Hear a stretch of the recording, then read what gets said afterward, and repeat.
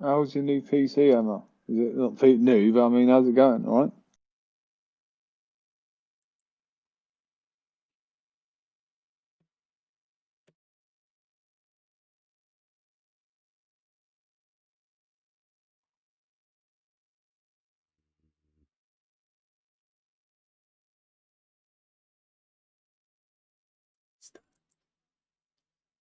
It is probably the single most important mathematical idea of all. The notion of proof by circle and line or ruler and compass construction means that geometry can be known about in a way that is different from knowing about physical things, and so makes geometry epistemically differentiated. Furthermore, starting from circles and lines alone and constructing a relationship using circles and lines alone makes the conclusions certain in a way that nothing else was at the time. In geometric reasoning, the argument and the conclusions were made supremely clear and evident to the senses.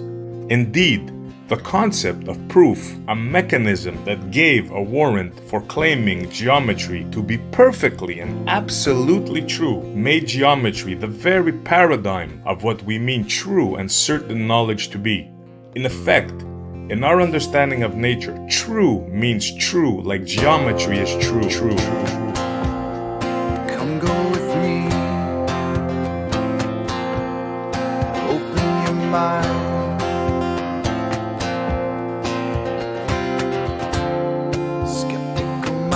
Was all I ever knew. Finding the knowledge of the real world starts with the point of which has no parts. These are the axioms of life. True. And I'll take my chances with the old ways, finding the proofs in geometry. Perfect. And I don't care what all the sophists say. I'll find the proofs We call this in proof. reality. 'Cause they were right. We call this We proof. know that they were right. True. We call this proof. Like geometry is true. Starting with circles and lines alone, constructing the nature of what's known. We call this proof. Conclusions are clear and the evidence seen. This 3D space works perfectly. And I'll take my chances with the old ways, finding the proofs in geometry. And I don't care what all the sophists say.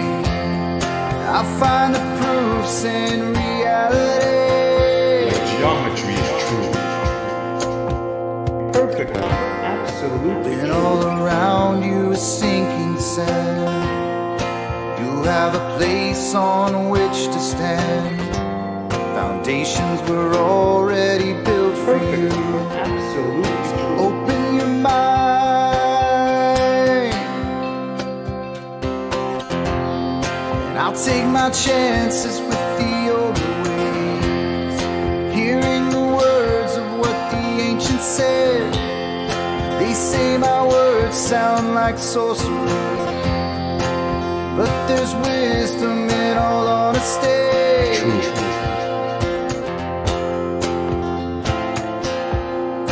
Come go with me. Open your mind. Come go with me. We'll find the truth. True. And we are live. Welcome, everybody. It is Realising Euclid night. I renamed it. Used to be Euclid, but this is all about realising exactly what Euclid is and the whole point of it. We can all do tests to try and realise Euclid into reality. Most of us know it's already in reality already. But tonight, these nights are about the basic fundamentals. That's where we start off. And there seems to be a problem within a group of people. I mean, we just state known facts of reality, have done for years. People say that really different things, but they have no proof. They have no argument. They just say, and then that's it. When we show them the proofs of the logical proofs and everything, they say, so today, what we're going to go over is one of the biggest, call it a paralogism. It may help if we try and explain a paralogism a little bit. Buster's not here. Buster's normally the best guy to do this. Buster gave us the link of the word, the paralogism, and it's sort of fallacious reasoning that has been accepted. I think that's the easiest way to do it. It's normally where you've been given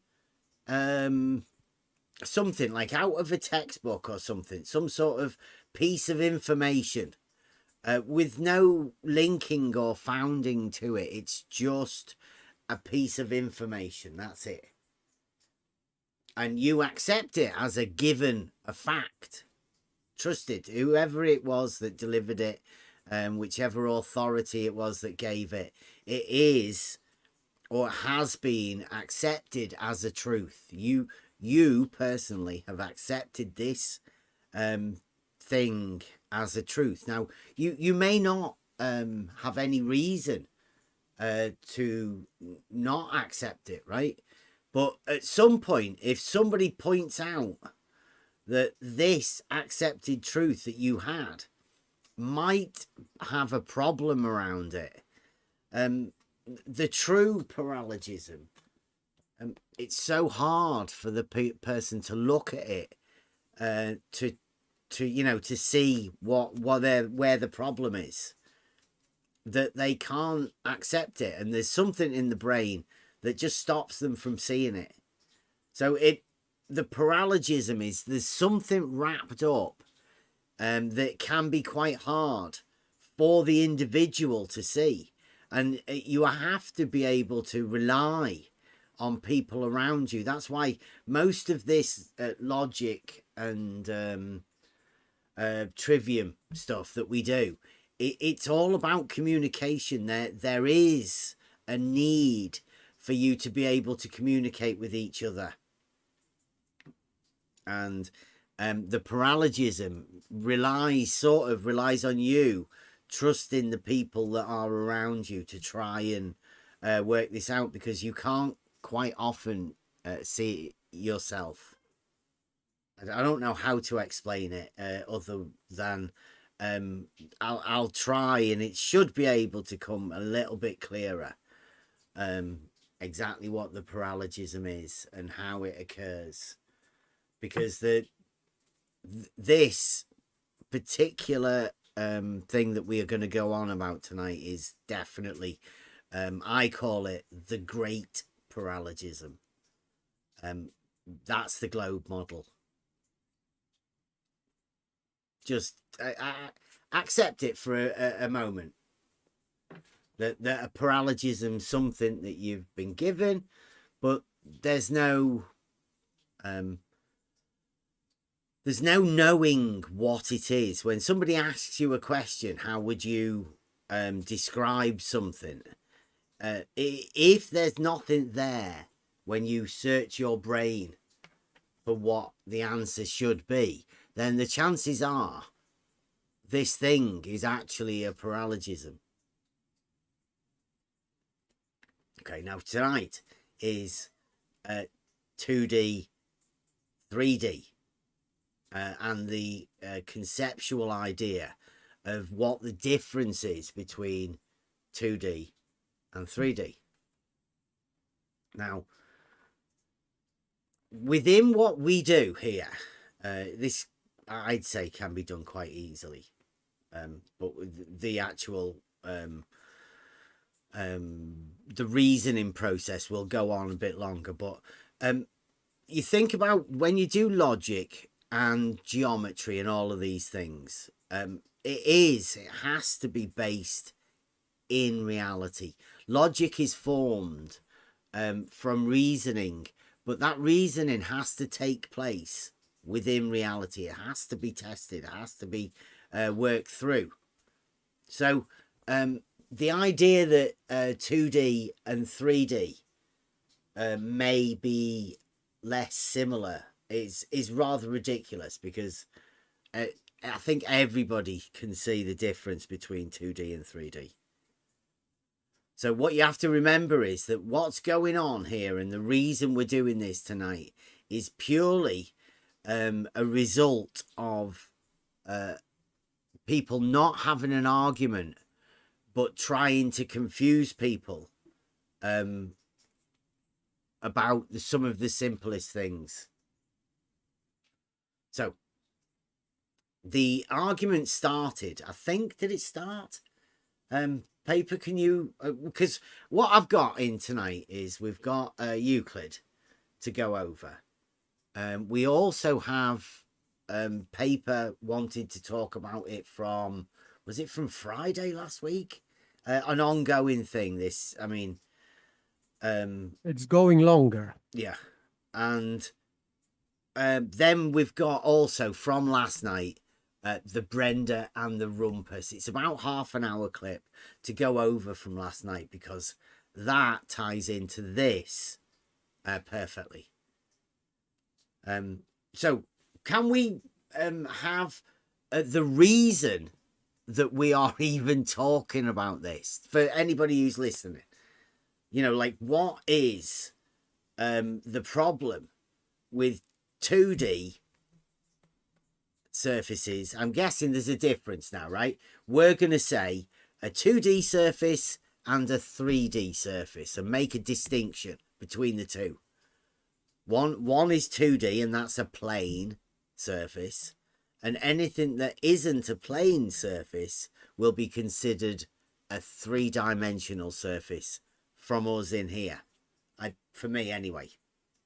Anybody else? I am on Cambridge Dictionary now, and we have here dimension and what it means. So first is a measurement of something in a particular direction, especially its height, length, or width. And example, please specify the dimensions equals height, length, and width of the room. And second example, a building of vast dimensions equals size. It means that dimension means in the second sentence size. And other entry, it is analogical and it is not related to geometry, a part of or feature or way of considering something. For example, his personality has several dimensions. These weapons add a new dimension to modern warfare, and so on. So, but this second entry is not our topic. So I would stick to first, because it is geometrical. A measurement of something in a particular direction, especially its height, length, or width. So keyword or phrase here is in a particular direction. And particular direction means one direction. And one direction we have only when we have straight line, because only straight line does not change direction. Curved line always change direction, therefore it cannot be considered as dimension.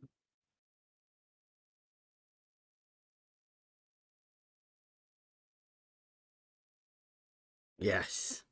Just normal entry in Google, dimension, a measurable extent of a particular kind, such a length, breadth, depth, or height, an aspect of feature of a situation. This second entry is not about geometric. A measurable extent. It means it can be measured or may be measured. Extent means span or distance. Yes, distance, but considering this Cambridge explanation, it would be always straight line. So if we have to measure something in one dimension, it means that we are measuring from point to point using a straight line only, because this is the only way how we measure distances between 2 points. So this would be dimension. Yeah, Blue Marble sent us a clip from Britannica. He says from Britannica, and it says surface geometry. This is Blue Marble sent us this today. Surface in geometry, a two-dimensional collection of points, brackets, flat surface, comma, a three-dimensional collection of points whose cross-section is a curve, brackets, curved surface, or the boundary of any three-dimensional solid in general. So, right at the beginning there, two-dimensional collection of points, brackets, flat surface. A three-dimensional collection of points whose cross-section is a curve, brackets, curved surface. So in the very definition that Blue Marble gives us, it states two-dimensional, brackets, flat surface, three-dimensional, brackets, curved surface.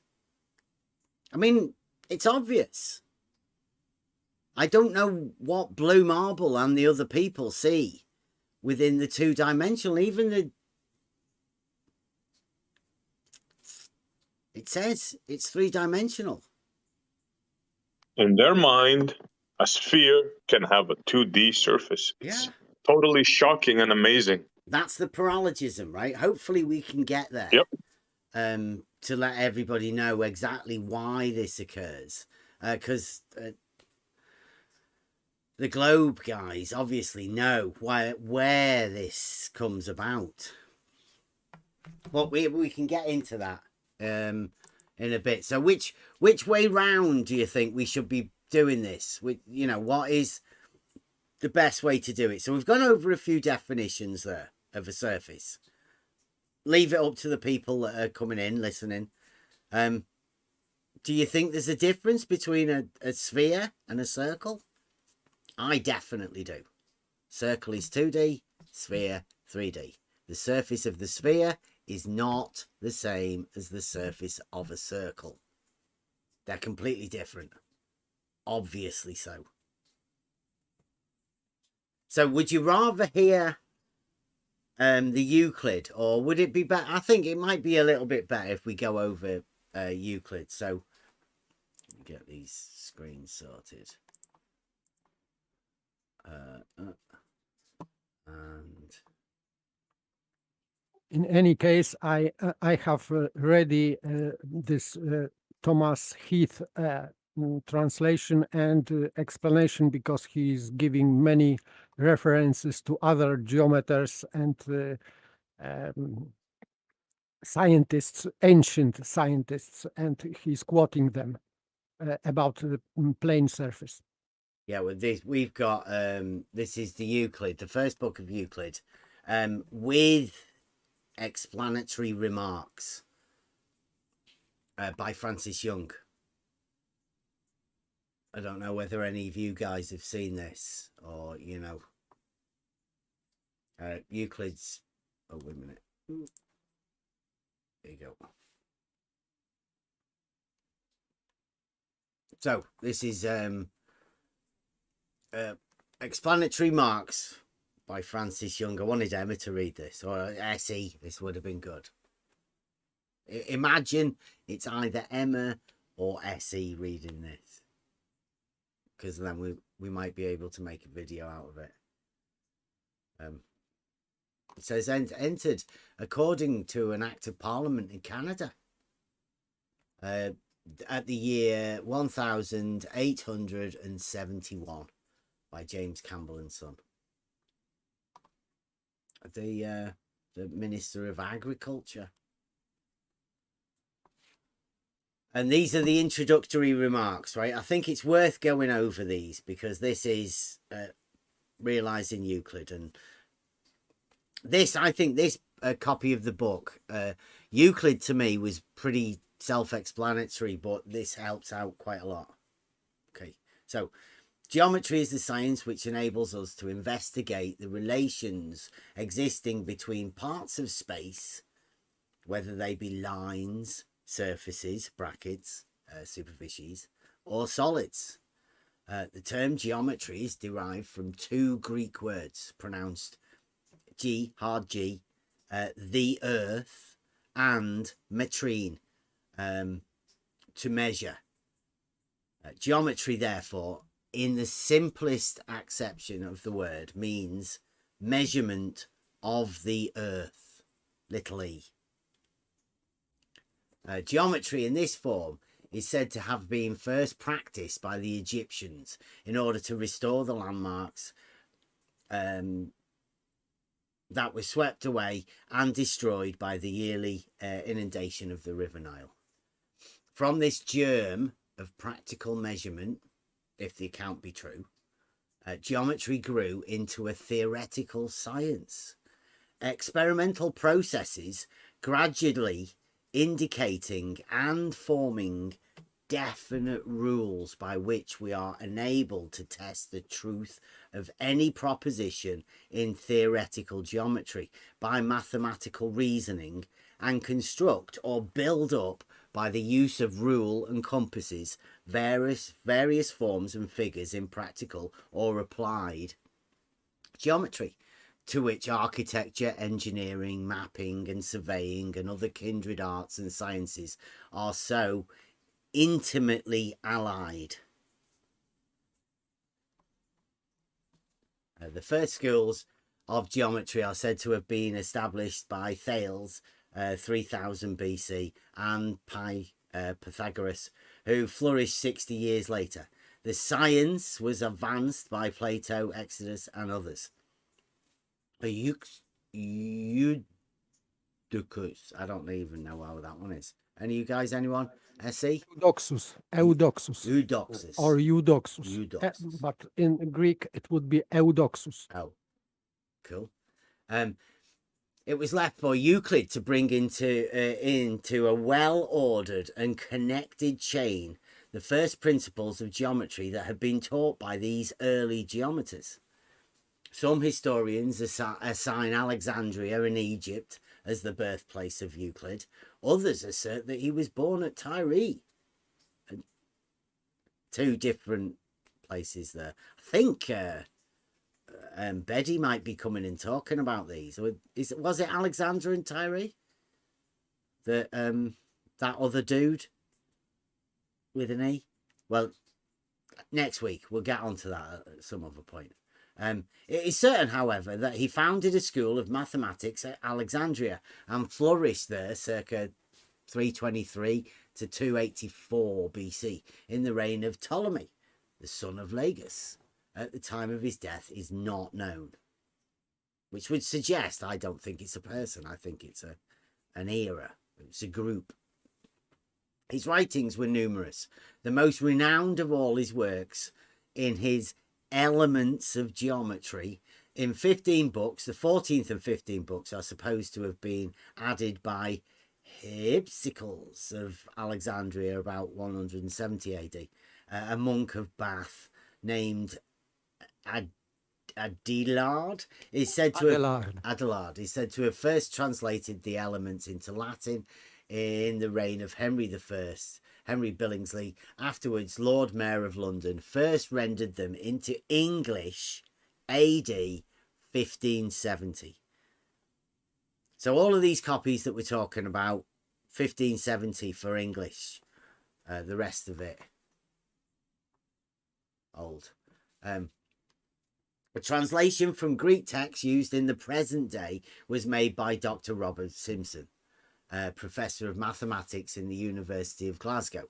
The first edition of which was published 1758 to 59. This is, however, superseded by the valuable annotated edition of the Elements by Mr. Potts of Trinity College, Cambridge.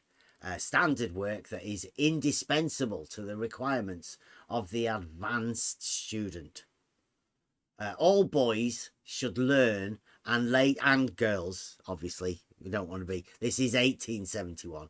So all boys and girls, and whatever else, all boys and girls and anyone should learn and lay to heart Euclid's reply to Ptolemy when he asked if there was any easier method of acquiring the science of geometry than by the elements. There is no royal road to geometry, was the philosopher's answer. And there is no shortcut to a knowledge of any branch of learning. We must follow the track that has been patiently and laboriously trodden out for us by those who have gone before us, remembering that diligence with thoughtful attention to the first steps can alone make us proficient in the subject of study, always under the blessing of Almighty God. It's a nice little flourish at the end of it. It sounds quite good, doesn't it? In studying Euclid, first be sure that you thoroughly understand his meaning. Do not attempt to pass on to the second definition or proposition until you have fully mastered the first. Did you want to come in there?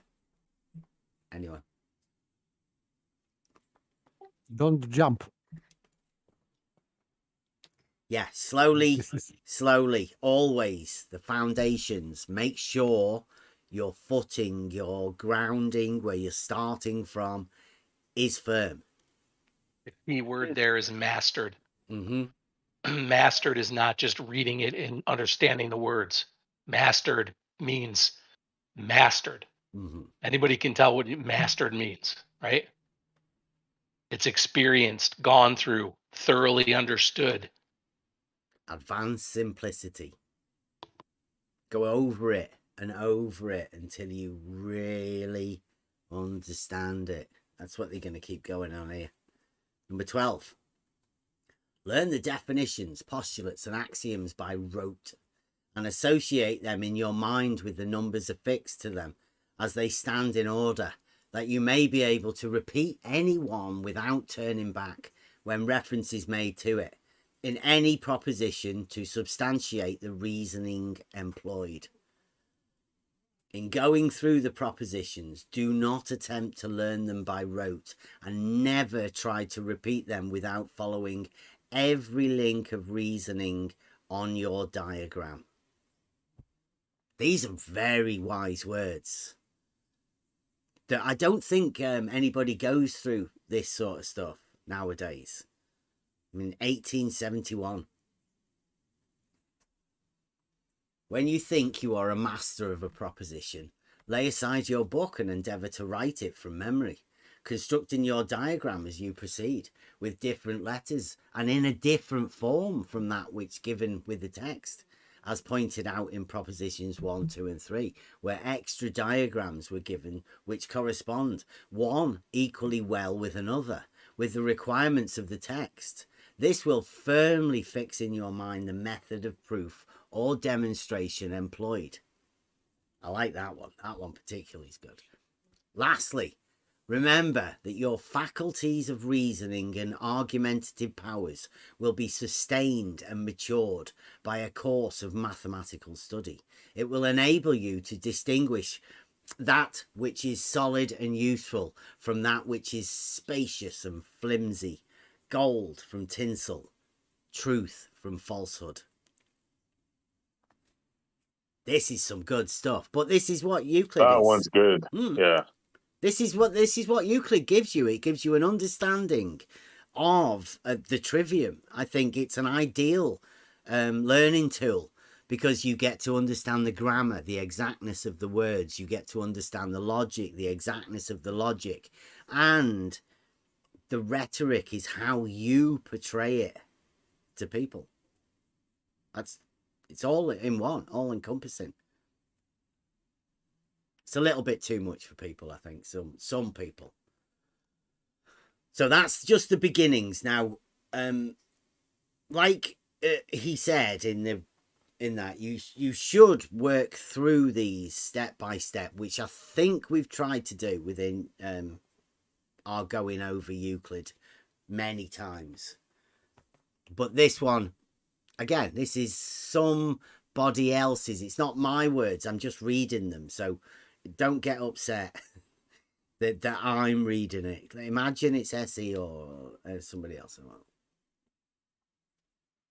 It says the word definition is derived from the Latin verb definere, to mark out a limit or boundary. We may then at first consider a definition, for the most part, as a short description of the properties belonging to certain geometrical forms and figures, giving us marks whereby we are enabled to conceive an idea of them in our minds and to trace their shapes on any flat surface. Can I just jump in here real quick? Yeah. So I hope people that have followed us on the Trivium can see the link to this, as Bev said, to the Trivium pieces, because there's logic in what is just written there. The idea that a definition marks out a limit or boundary. It also goes to A equals A and B equals B, but A doesn't equal B, right? A is itself, B is itself. A can't equal B. You can't go outside that boundary or limit. You can't say one thing is something in it, but it is something else at the same time, which we run into quite frequently. I found that very interesting with this. This is really good, isn't it? Yeah, it's fantastic. The definitions of Book 1 of Euclid's Elements may be divided into 4 sections as followed, the third omitting further subdivision. Section 1, point, line and surface, definitions 1 to 7. 2, angles, definitions 8 to 12. 3, figures, a circle and its parts, rectilinear figures, which are then broke down into triangles and quadrilateral figures.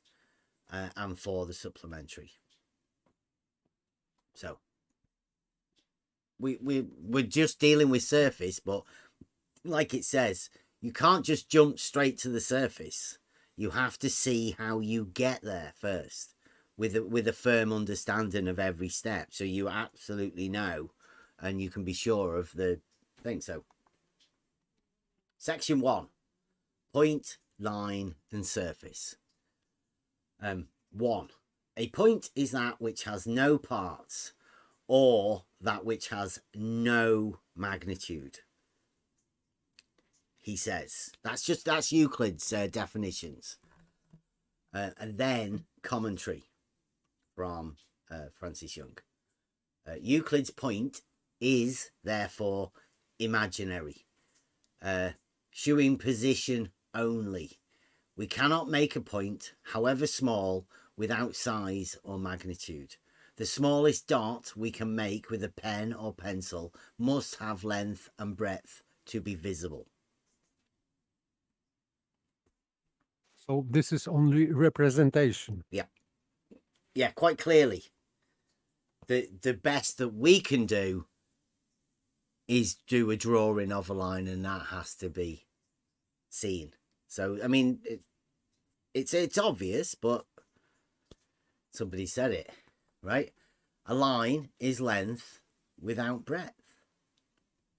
Here, a line is merely an imaginary track from one point to another, whether straight or curved, as in the case of the point. A line drawn on paper must have length and breadth to be visible. Euclid's definition of a point and line apply only to ideal points and lines, which can exist only in imagination. So that's where I'd say this one. I slightly differ, because this being an axiomatic system, all you're given is a line. You've gone from a point and a line. Now, a line being one-dimensional hasn't any form. That there is nothing there. So I don't see how he can say either straight or curved.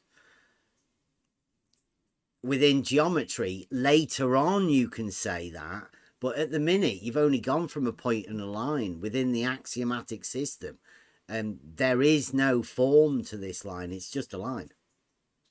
Right. Imaginary. But this is not a dimension. He is not using a word dimension. He is talking about length, not dimension. So Yeah, curved a line is merely an imaginary track from one point to another, whether straight or curved. Well, if it's imaginary and you're working within the true axiomatic system of Euclid, all you have is a point and a line. It's only within your imagination, whatever you're thinking the shape of it to be. Right. It could be anything. Yeah, it has no form. It's not been given form at all. And again, I'm sorry to have to keep doing this, but in my mind, I just keep going right back to, this is grammar, right? This is equal to grammar. These two pieces here, a point and a line, because they're imaginary. Grammar is also imaginary until you actually create the words into sentences and speak them, right? So until you actually create the point and the line on paper with a pen or a pencil or a compass, they're not real, they're imaginary. So the correlation to that is phenomenal to me. Yeah, there's no way for you at this point to imagine something and add that into this geometric right figure or anything, right? Because it is in your yours mind. is different than mine, and we can't define it. We're before pre-definitions, right? We are building the definitions up. This is how you make a definition of a thing. You build upon one or upon the other, right? So I don't know what would we call it in the trivium? The very beginning part. Yeah, it was the very beginning parts of grammar that we talked about. It's the formation of it's the imagination, right? It's you're was capturing it the species or what was that? Yeah, what it was all of that. Yeah, species, genus, it's all those early things that we talked about, and the formation of words and what the words are. And while they're in your head, they're yours. They're imaginary. Only you know what they really mean. Right? Once you get to the later elements and the same elements of the trivium, just like with these elements, not until you get to the later ones where you put them together, create logic around them, and then speak them rhetorically, that makes them real. They're only real to you before that point, just like this is. Yeah, in the chat there, science works in mysterious ways. 2D and 3D stuff is fascinating. I don't pretend to understand it. Well, this is one of the fundamentals that, I mean, it should be taught at school. This is a school book. Well, advanced school book, but this is teaching you to go at it. So, yeah, a line is merely imaginary from one point to another. But you can draw this line, and this line is no longer only imaginary, because Correct. it has a physical physical representation. But I don't think you can draw that one yet. I see. This is where I differ to him. I agree. He does say it, which can exist only in imagination. Right. Yes. Now, at this next point here, the extremity of a line are points. But now you can start sort of defining it a little bit better, because you can actually draw something now with a start and an end. But it's still not fully formed. It's not an explanation enough, is it? Where do you go from there? So the first three definitions, 1, 2, 3, are basically giving you the building blocks to carry on. Start a little bit more text here now. So number 4, a straight line is that which lies evenly between its extreme points. Now, this one particularly for me, evenly is a big word for them to put in there, and that is very mathematical. Once you understand the mathematical understanding of even with halves of a circle and halves of something being even. Okay, a straight line, therefore, is the shortest possible distance between any 2 points or positions. The difference between a line and a straight line is this. Let us take any 2 points on the surface of a table, which is perfectly level. A line may be represented by a piece of wire passing from one point to the other, above, below, or through the table, bending to the right hand side or to the left.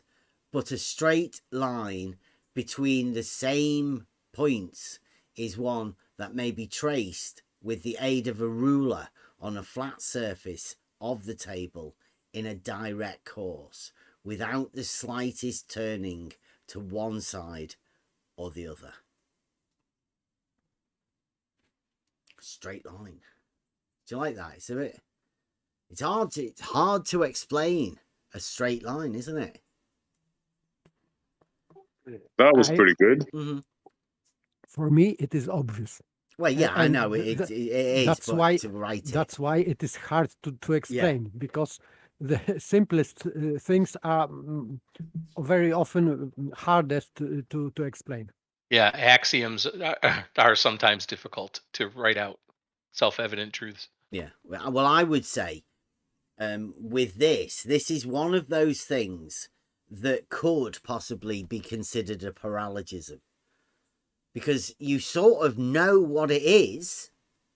Everybody knows what a straight line is, but when asked what is it, there isn't really any words. It becomes really hard to write down what a straight line is. Slightly paralogism like, but it's more because it's an elemental that you never really consider a straight line. And now this is the one that we wanted to get to. This is number 5, a superficies. A superficies or surface has only length and breadth. Like Euclid's point and line, his superficies can exist in imagination only. There is nothing in nature that has length and breadth without thickness. The superficies... That is so beautiful. You should repeat that one. Yeah. Well, yeah, I will. I'll go over it again, because this is definitely the bit we're doing. The superficies of anything is merely the surface or outside. Superficies, the Latin term for surface, is derived from the Latin presupposition super, above, and from the noun facies, a face. Above the face. You hear that, Blue? Maybe that one needs repeating. Yeah. I love the beginning of that one. Like Euclid's point and line, his superficies can exist in imagination only. There is nothing in nature that has length and breadth without thickness. Wham! The superficies of anything is merely the surface or outside superficies. The Latin term for surface is derived from the Latin preposition super, above, and the noun facies, a face. You hear that, Blue? Imagination land only. Now, next one. The extremities of a superficies are lines. Lines mark or determine the extent of any surface and clearly define its limits or boundaries. Worth noting here that these superficies, at the minute there, Euclid doesn't say that it can curve the superficies there, because we are dealing in plane geometry. There wouldn't be a part in this here where it wouldn't be 2D plane geometry. Although it's not been defined as plane geometry yet, you probably won't be able to start outside of plane geometry and then define itself into plane geometry. This is all plane geometry, with the definitions building up on top of each other. Last one. Definition number 7.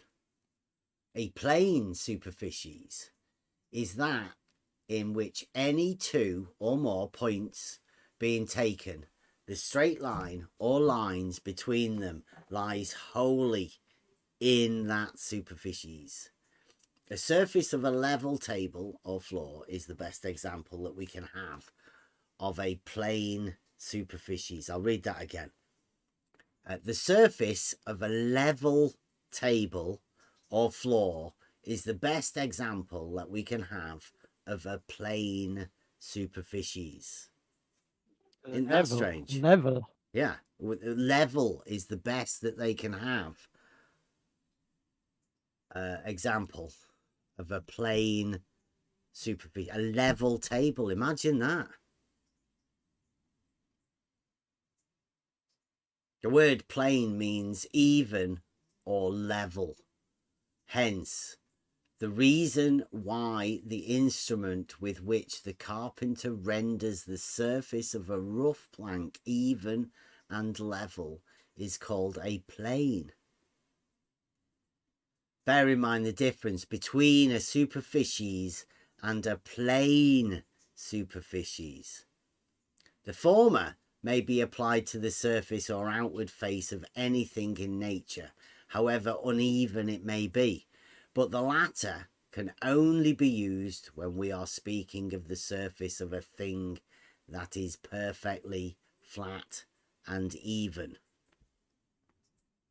The difference between a 2D plane surface and a 3D surface is there within this book, stated Can I just at the beginning. Go on. I was just going to ask for a little bit of clarity. I think I know, but would you say, and it sounds like from the example says that the best example we have is maybe of a table or a floor, right? Mm-hmm. But those are examples only because you need something in reality to tie this to. That doesn't mean that a surface of a table or a floor is 2D. Yeah. That's something that people will have to get the distinction of. You can't, when you're giving an example of something, you have to, for somebody to be able to understand it, you have to give an example of something in reality, or else again, it's still in your mind only, Well, because it's imaginary. like they said at the beginning, this mathematics and all of this stuff that they've done, they did test it, right? It has been tested in reality to the point that they can actually formulate a mathematical system around those tests. You don't just make this geometry up and then see whether it works. You have to have put this through the scientific method, right? All of these things that they're talking about to put it into this form have been laboriously checked to be true in reality, because they can then use this system in reality. There's a direct link as far as I can see, and this guy's just trying to give everyone the best idea that they can of what a plane surface is, So he also, if you noticed at the beginning, he used the straight line was also on a table, flat surface of the table. Yep. Perfectly level table. So he used the perfectly level table at the beginning and then goes through plane superficies. Point line, the surface can exist in imagination only. There's nothing in nature that has length and breadth without thickness. The superficies of anything is merely the surface or outside. These are just definitions to give you an idea of how to follow through. There would be no point that you could go back to and say, well, this one here could be the surface of a ball. Because I don't think Euclid was using the surface of a ball to get to a plane surface, a plane superficies. And then it goes to plane angles and a plane rectilinear angle.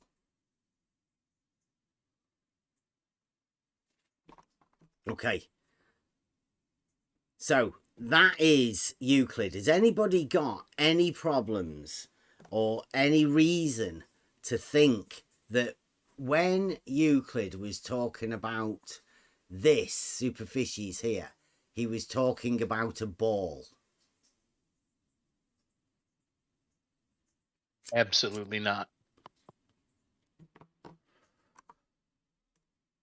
I don't see that. Although he does put anything in nature as a superficies, but it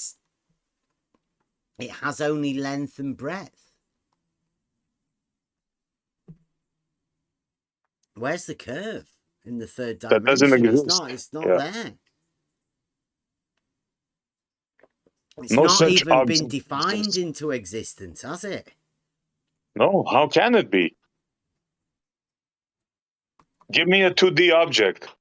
It does say superficies can't exist, but does that mean that that two-dimensional surface could be on a ball? No, because it is can't. curved. As I have read this Cambridge, not definition, explanation, where dimension means. Measurement in straight line in one direction.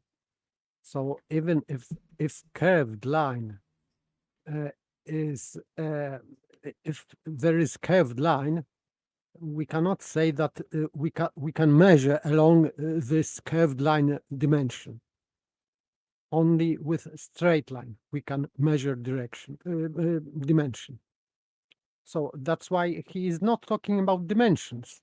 He is using this length and breadth as a property, a physical property of a line or a plane or whatever. So this is not called dimension here in Euclid, and I think anywhere in Euclid. Yeah, but they would be, to me, they would be the x and the y, the length and the breadth, although there is no end to it. But you would be able to say, for a square example or a rectangle, one of them would be the length of one side and the other one would be the length of the other side. Of course, Yeah. but in a rectangle or a square, you have a perpendicularity. So one you can name vertical and other horizontal, but it is the same as length and breadth because you assume that they are in this relation. They have perpendicularity automatically. You will not call hypotenuse of a triangle or right angle triangle. You will not call this breadth. No. You would, you wouldn't say an angle had length and breadth.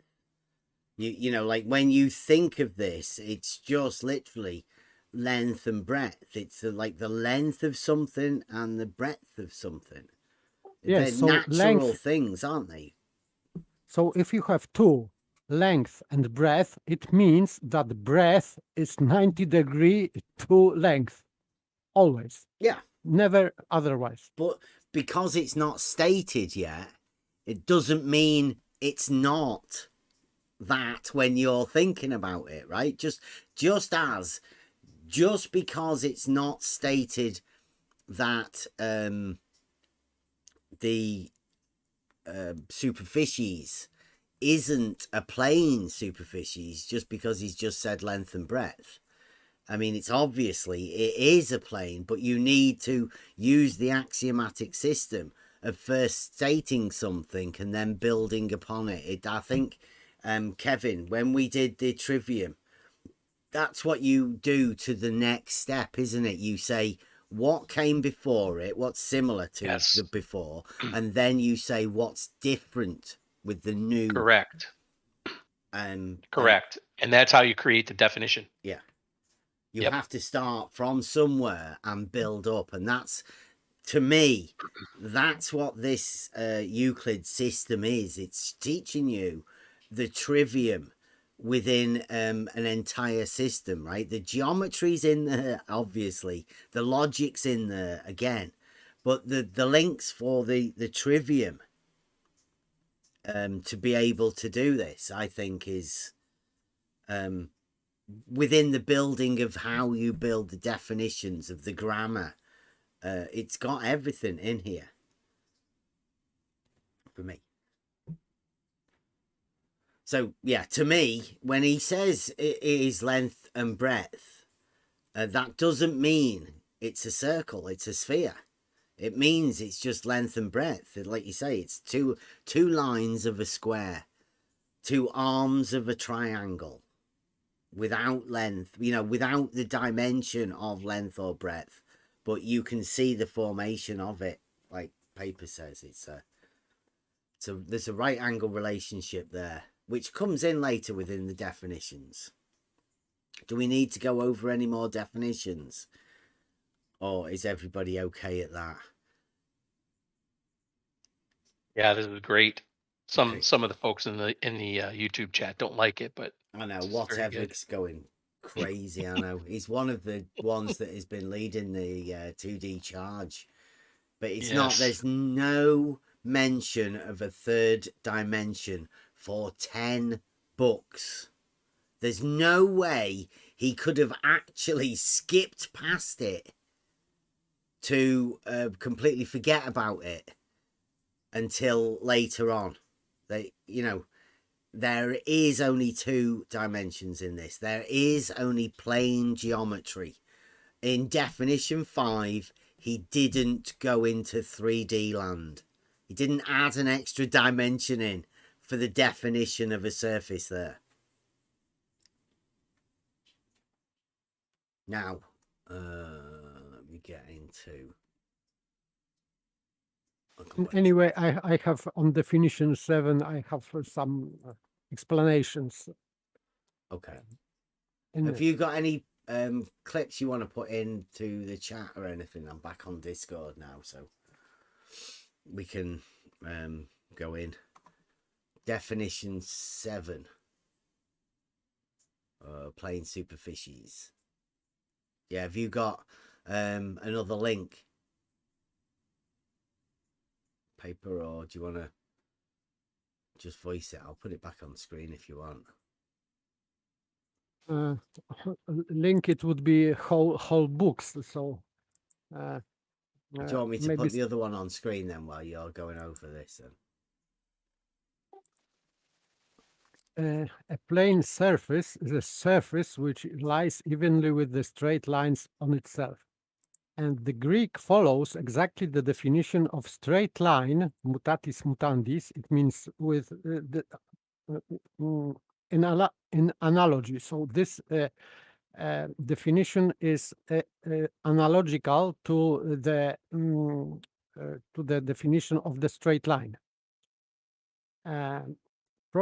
Proclus remarks that in general all the definitions of a straight line can be adapted to the plane surface by merely changing the genus.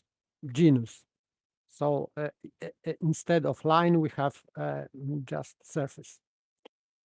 Thus, for instance, a plane surface is a surface the middle of which covers the ends. This being the adaptation of Plato's definition of a straight line. Whether Plato actually gave this as the definition of a plane surface or not, I believe, this is author, translators believe, that Euclid's definition of a plane surface is as lying evenly with the straight lines on itself, was intended simply to express the same idea without any implied appeal to vision, just as in the corresponding case of the definition of a straight line. And I have some, I'm not going to read all, but there are ancient alternatives. It means they express it differently, but the meaning is the same.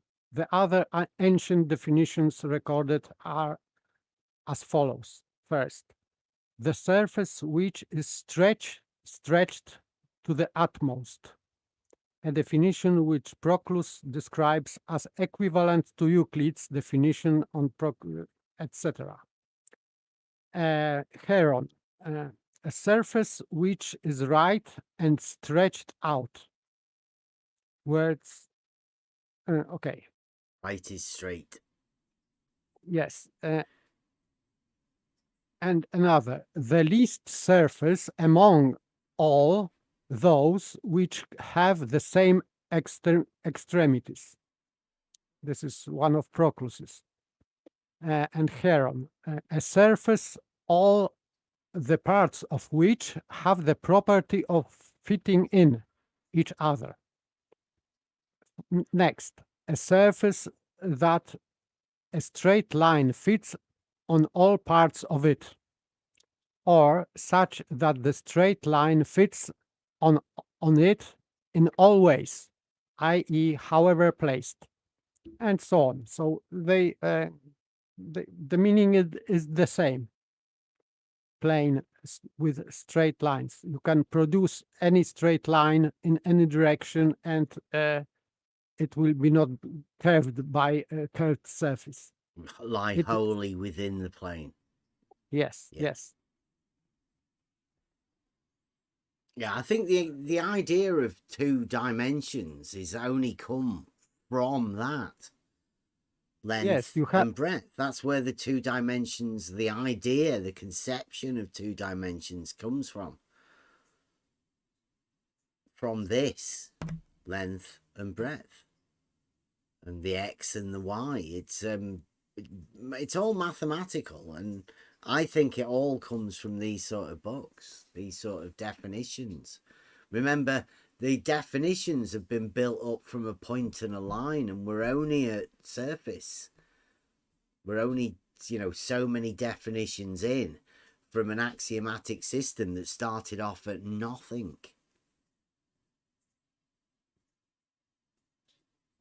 It's so elemental, all of this sort of stuff. That's why it's so amazing that people, they must have a paralogism, right? Because in order for you to not be able to go to the foundations of what you believe, there's got to be something scary there. And this place here, Globers, if you worry for your sanity and you're liking for the globe model, turn away now, switch off, get out of here. This is where the problem is. There are people out there that have a necessity to place their model into this definition of surface.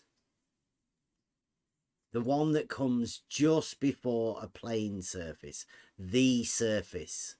They need that to be the surface of a sphere. And they won't actually do it until later. But what they're going to do is they're going to bring that back to here. And they're going to use this definition a little bit later on. And when they want to consider their globe model. They want to bring their globe model surface and put it there in definition 5. Just here.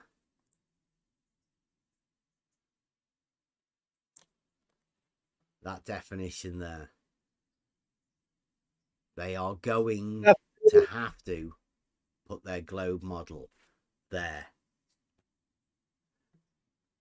And if they don't convince you that their globe model can fit in there, it can't exist. That's why there won't be many people watching. There won't excuse be many me. coming in. Hey, go on. I just seen something. It says the boundaries of the superficies are lines. Yeah. The extremities of a superficies are lines. Yeah. Correct. Where's the line on a sphere? There isn't one. It's plain. There isn't one. Yeah. But we're not Man, talking about spheres. they got some problems. Yeah, you can't put a sphere into this bit at the minute. The sphere's 3D. Yeah, I've only got dealing with 2D. This is great. Thank you. That's why it's a good point, Rob. That's why they have to say that a line can become a circle. So if a line could become a circle, then it can become what they need it to be to fit into this definition. Yeah, because in future maths or whatever, a surface is endless. But within Euclid, they're only interested in the shapes, the things that can be formed, the real. They're not talking about limitless planes. They're talking about putting boundaries on them, putting lines there. And that's the extremities of the superficies. It's just telling you there's limits to it.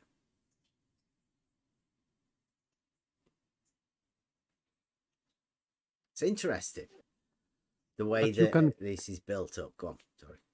You can put these limits in any shape. It can be curved line or straight line, but this is up to you. You can create a circle or square or triangle, different shapes. It's not actually done that yet. I mean, because this is really talking about a superficies.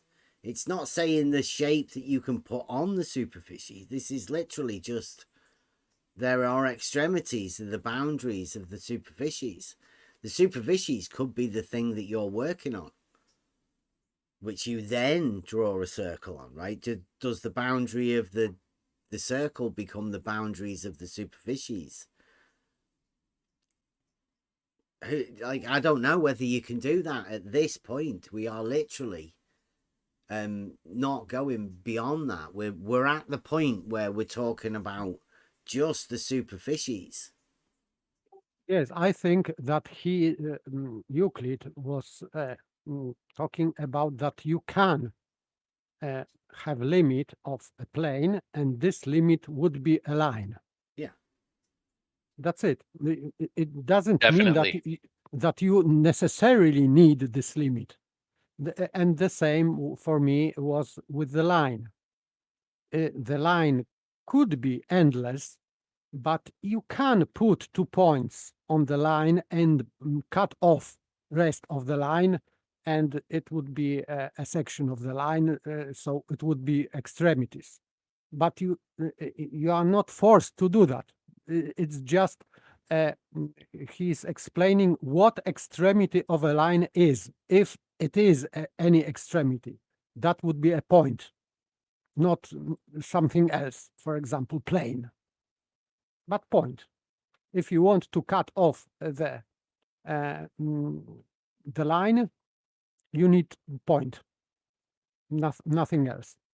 Well, see, I always think of it, you know, if you're being mathematically accurate, as I believe this is meant to be, a line is straight. There's no need to say straight when you say a line. And as in any of this, he's not said curve. He just says line and then says straight line. Does him saying straight line mean that when he said line, he meant curved line? I don't think so, because mathematically, a line is still straight.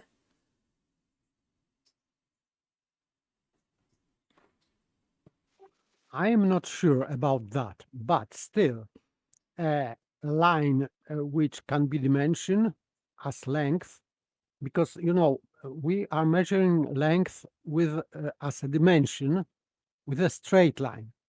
So I think that initially he meant that length is in one direction. I think, but this is me. I'm not saying that it has to be that way. Yeah, there's could it be curved? I mean, when he says that a line is length without breadth, I mean, does he mean curved, or is he talking about curved up until the point he says straight? I mean, I don't think so myself. I think it's just an axiomatic system of how you think and how you build upon each other. You can't assume anything. You can only go with what you're given. That's why when I am trying to figure it out in my mind, I can only distinguish between length as property of a line, and it may be curved, but if I am measuring the length of something, I am using it as a dimension, and it has to be straight line. Yeah. Yeah, and this is a conundrum, right? But I would say go back to the idea of mastery, right? You have to master the ones that come before it. You haven't even been introduced yet at this point to the idea of a circle which contains a curve. Yeah. You don't even know what that is yet. So that's what I'd say. When he's talking Right. about a line is straight. He's just redefining the same thing so you can still build upon it and have a firm understanding. If you start injecting a curve in, then you have to put a curve there, which I think that's what they're after. Read. That's a form of thinking that somebody wants you to go with. It makes it allowable. I think that straight line has priority in Euclid's elements because, in fact, curved line is not defined. Yeah. Only straight line is defined. Uh-huh. And as Euclid is using only defined things in geometry, I would say that implicitly he is talking always about straight lines. Me too. I think that would be a fundamental of most people, to know that the definitions are the things that count. And when you were talking about a line, it's always straight. You don't need any qualifier to line. You don't need to say it's straight. You don't need to say it's flat. You don't need to give it any other a great line. You don't need to do any of that sort of stuff. You just say a line. Because, for example, if we have defined straight line as that points of which are lying evenly between extremities, for curved line it would be that are not lying evenly, but it's still, you don't know how unevenly they are lying. So it wouldn't be a definition for curved line anyway, because this curved line would remain still undefined.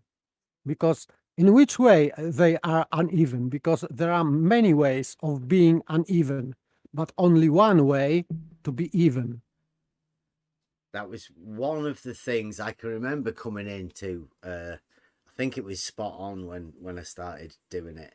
and was asking people what was their definition of a straight line. And obviously there's a moment's pause and it becomes really difficult to give the answer. So what you do at that point is say, oh, don't worry about a straight line. Just give us your best definition of a curved line, which actually even harder than the definition of a straight line, because there is no definition of a curved line. Like you say, it's never given. There is only these straight lines.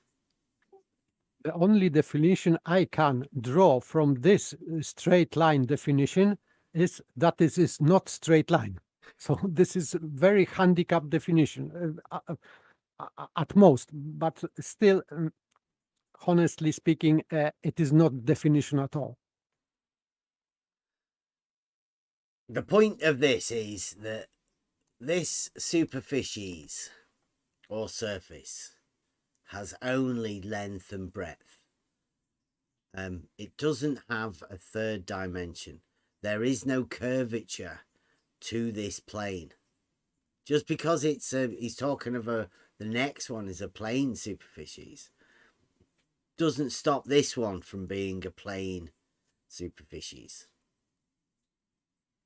It's just that it hasn't been defined through the axiomatic system as being a plane superficies, like the definition of a line that comes in at the beginning, number 2, length without breadth, doesn't mean it can't be a straight line,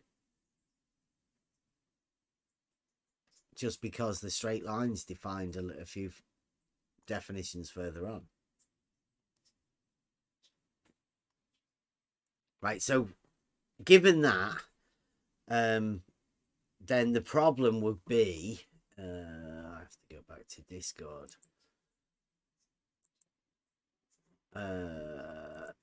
that in definition, let me get this Euclid.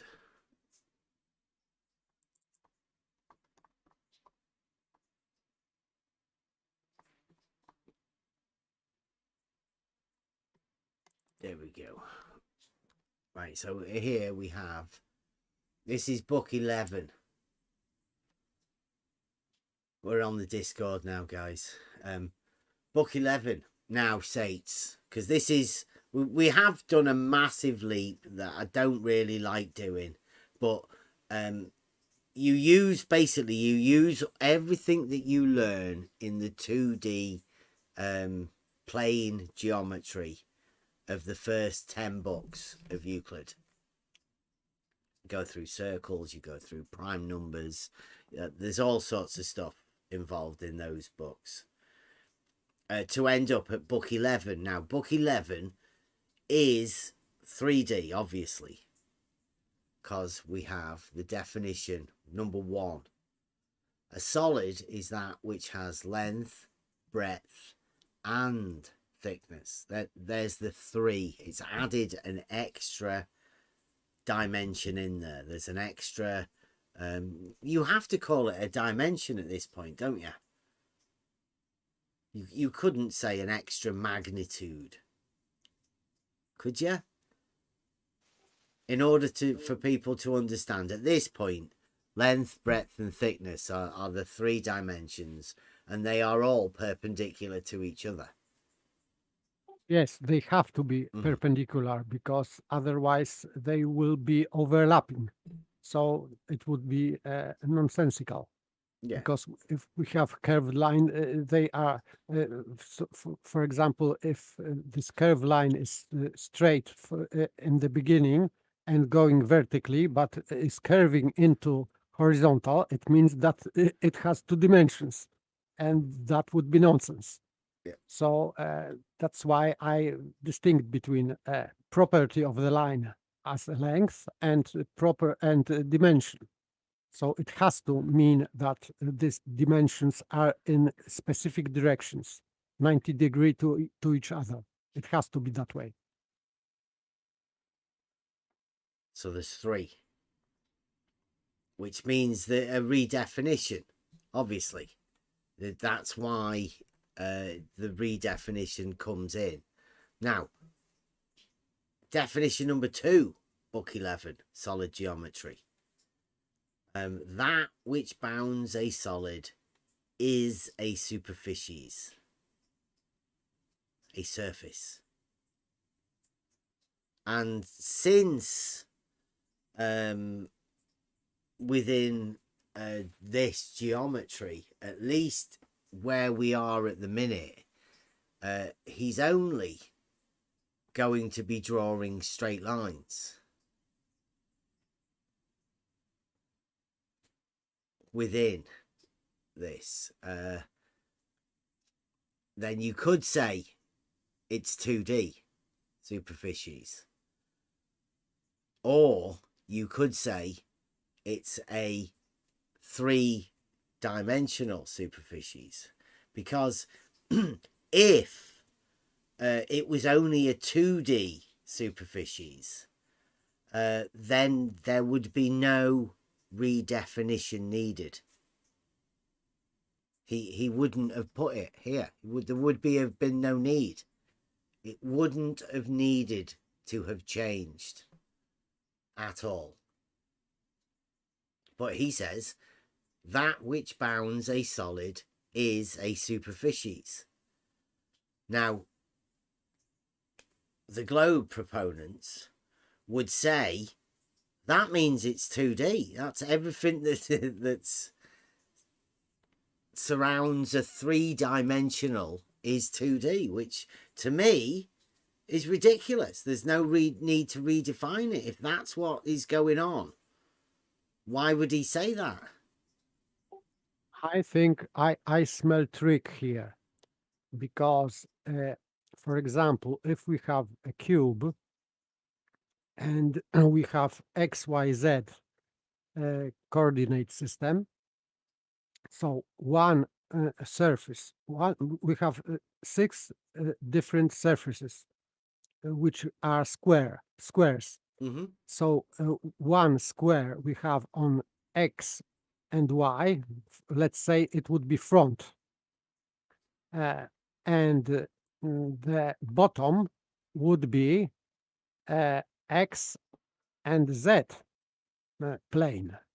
So taking them separately, you have first surface, this facing us, XY.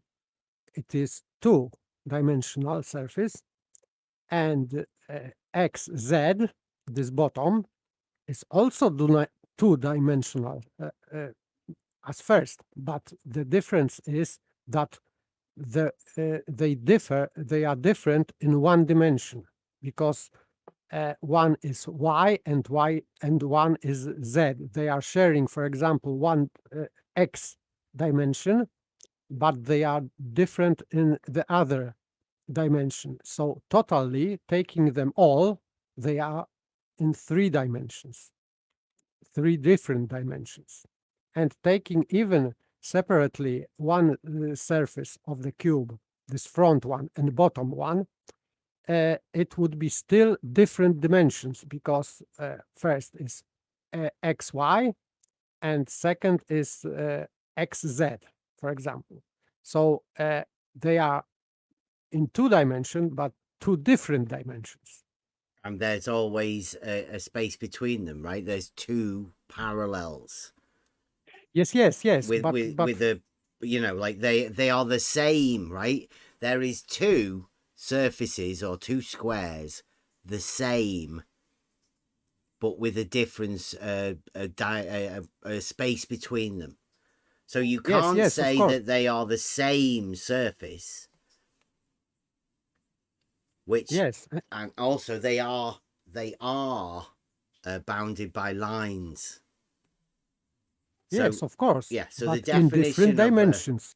The definition of a surface or superficies is the extremities of a superficies are lines. Yes, and nothing. It doesn't harm Euclid and geometry.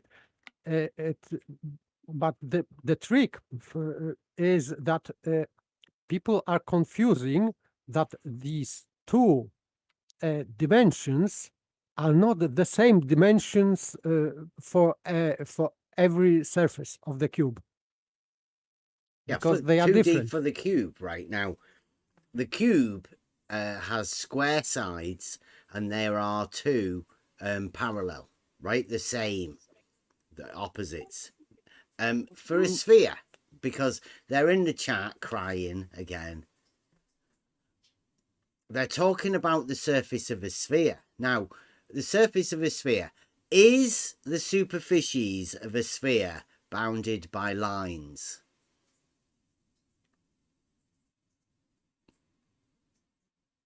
Anyone?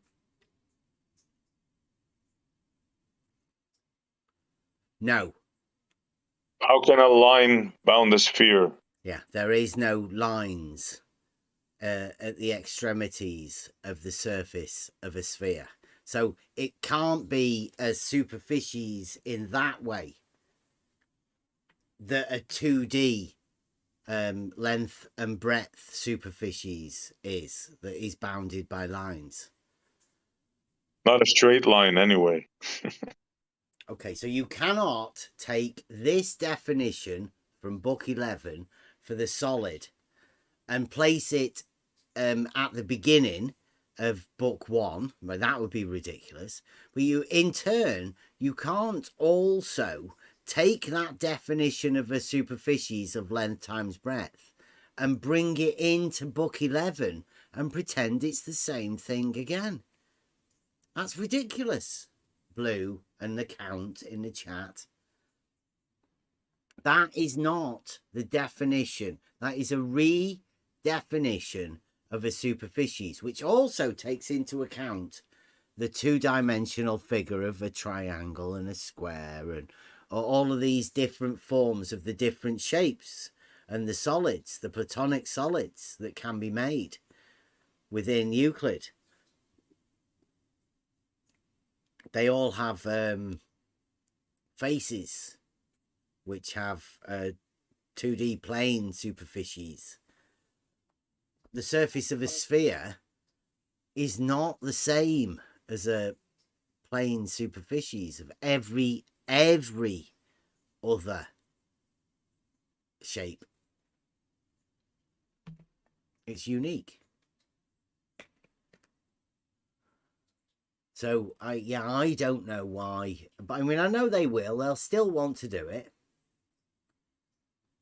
to have a two-dimensional surface of a ball. Because it is required to have one dimension curved. There is only way to have in their mind, I think, a two-dimensional surface if you curve one dimension, and this is impossible because dimension is not curved line, never. Yeah, it's because they have a paralogism, right, that says is globe. They've got no rhyme, no reasoning, no understanding of why it has to be, but all they know is through the geometry that we've been talking about, how horizontal planes are parallel, and that can't be true, is that they've led themselves into this path here now where they have to have the surface of a sphere in book 11 as being 2D. It's a fantastic concept that they've been led to a place there. I mean, lots of people may not really be aware of how strong this model affliction and how it takes people, how it controls what people say. But they have to think here in book 11 that the redefinition of that which bounds a solid is the superficies. They have to believe that's 2D. It's not a redefinition at all. And they then will require them to be able to take that sphere that they're going to put there as 2D and then completely take it right back to the beginning of Euclid, some sort of stolen concept idea, and place it within in the foundings of plane geometry as an even bigger paralogism. That's why they're going to be really stuck now, because there is blue marble science. There's no geometric backing for what you're talking about. You can't just put 3D in 2D and move 2D to the outside of 3Ds. Doesn't work. It's a complete redefinition, obviously, to allow for the third dimension. And Blue Marble's got a fantastic argument where he keeps talking about the thickness.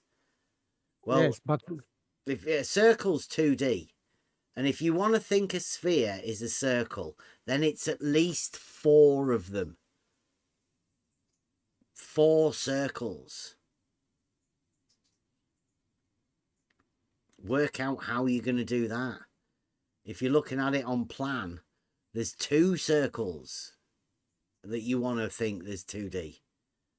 There's a surface at the top of the thing and a surface at the bottom of the thing. It's ridiculous to think it's 2D. yes, even Brenda was progressing last time, because Brenda admitted that this one dimension is going into second dimension. So you don't need to have thickness to fall into third dimension. And the example of a cube is I think it is a good example, because you can have a surface without thickness, and it can be in 3 dimensions. So you don't need a thickness for that.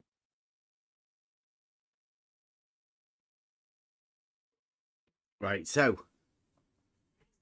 has anybody got any problems? Blue Marble Science, are you okay?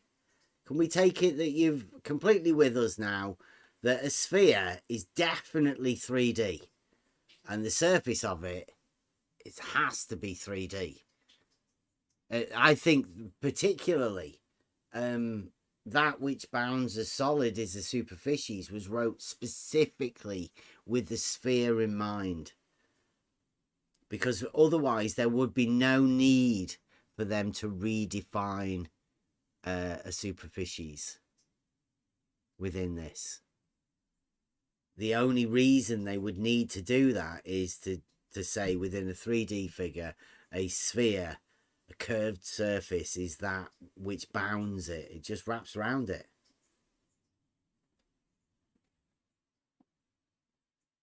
It's definitely not 2D in my eyes.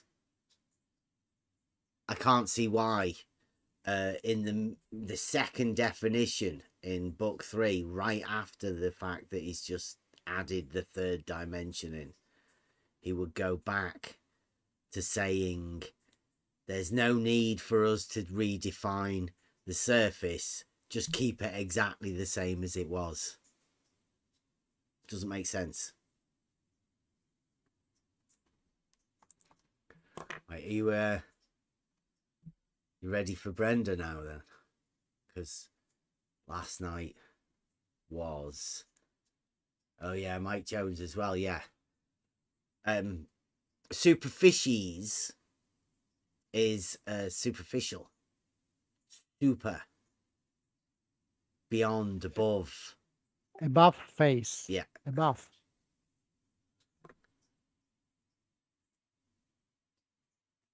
Above it,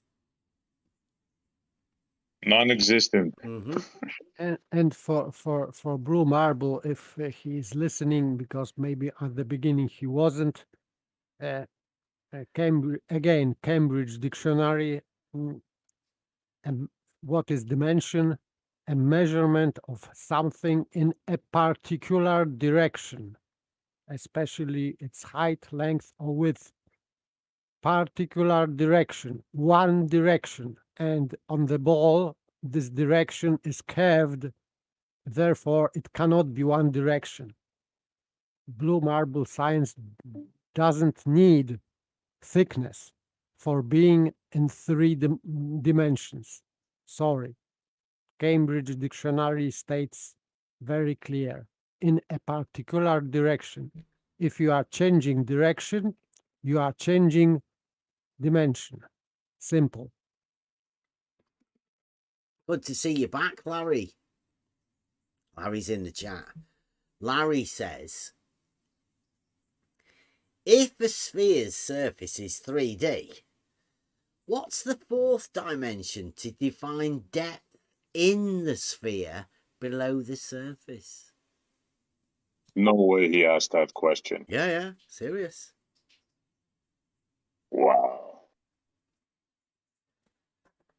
And Blue Marble says a superficies is a surface, and by Euclidean definition, it is 2D. Blue. Yes, we did go over that in the book 1. Yes, it is length by breadth. But in book 11, it's defined as that which bounds the solid. It's a different definition, quite obviously,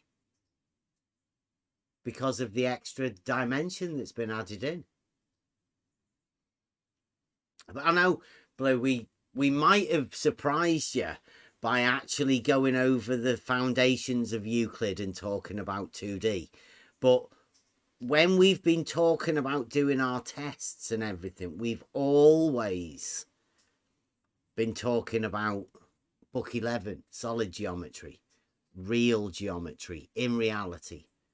That book 11 may as well be the book for surveyors. The simple book of geometry for surveying.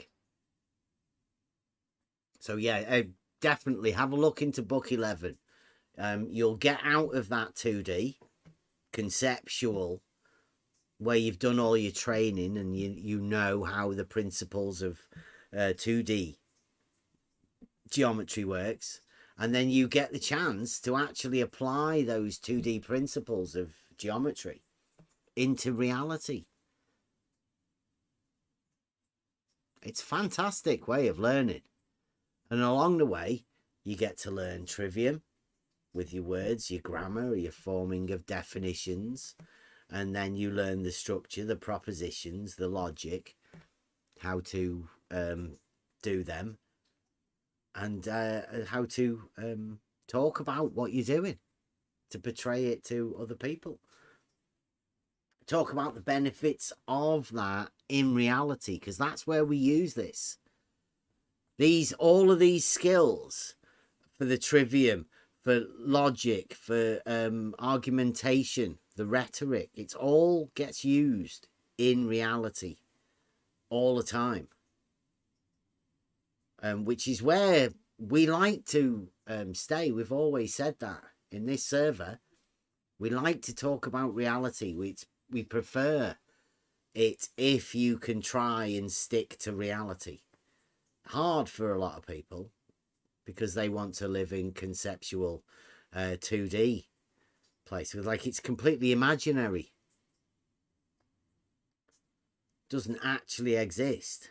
But the certain group of people, boomers, tend to want to put that imaginary thing over everything. They want to encompass everything in that imaginary, to try and do magic tricks with it. I mean, I've never been gaslit so much by a group of people wanting to try and convince me that the surface of a sphere is an imaginary surface. A ball. Throw a ball to you and say, oh, look at that, what you're touching, it's imaginary.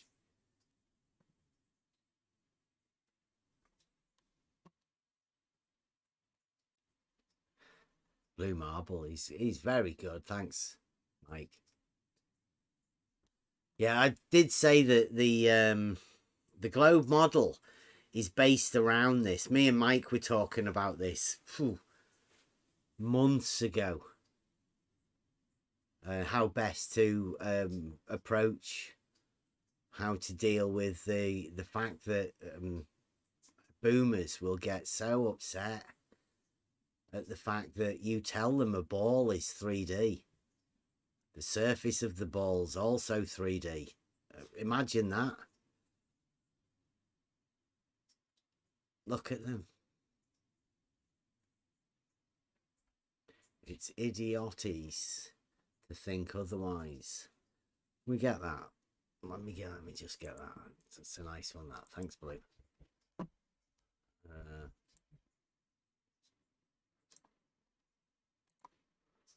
Copy. I do blame the fact that they may have watched the moon landing. I think that did something to them as children. Blue Marble says, talking about 2D, the surface of a sphere, a ball. Surface of a ball, is it 2D, lad? Do you reckon? No, he's not. Surface of a ball. 2D? Like a soccer ball. Yeah. Football. Or a football, yeah. 3D. Absolutely 3D. Yeah. Yeah, well done. Look at that. It's a in 3D world. It's like, yep. Well, it's 3D then. Yep. So yeah, I guess I've indoctrinated my son into thinking that the surface of a ball is actually 3D. The surface of a 3D ball in reality is 3D. Imagine that.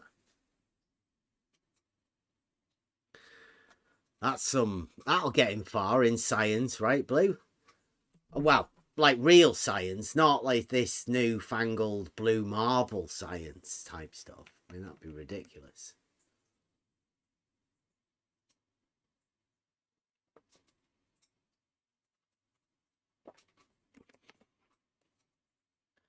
No, it isn't, Bev. You may want it to say that, but it doesn't. A surface, superficies, whether in 2D space or 3D space, is still two-dimensional. It's idioties to think otherwise, says Blue Marble Science. Well, we're not dealing with Blue Marble Science here, Blue. We're talking about geometry. I mean, we know that you like 2D.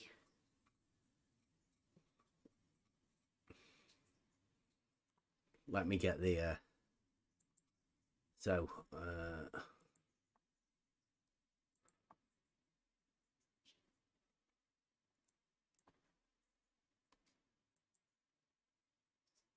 PhD Tony and the seismographic blunder.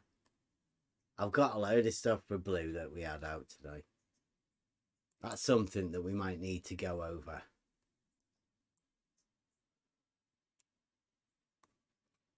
Remember that, Essie, when we were over there talking to PhD Tony? Oh, It is. Right, let me get these screens sorted. Change windows. Right, I'm sorry I'm going to have to do this to you. But Brenda came round last night. So you guys in Discord.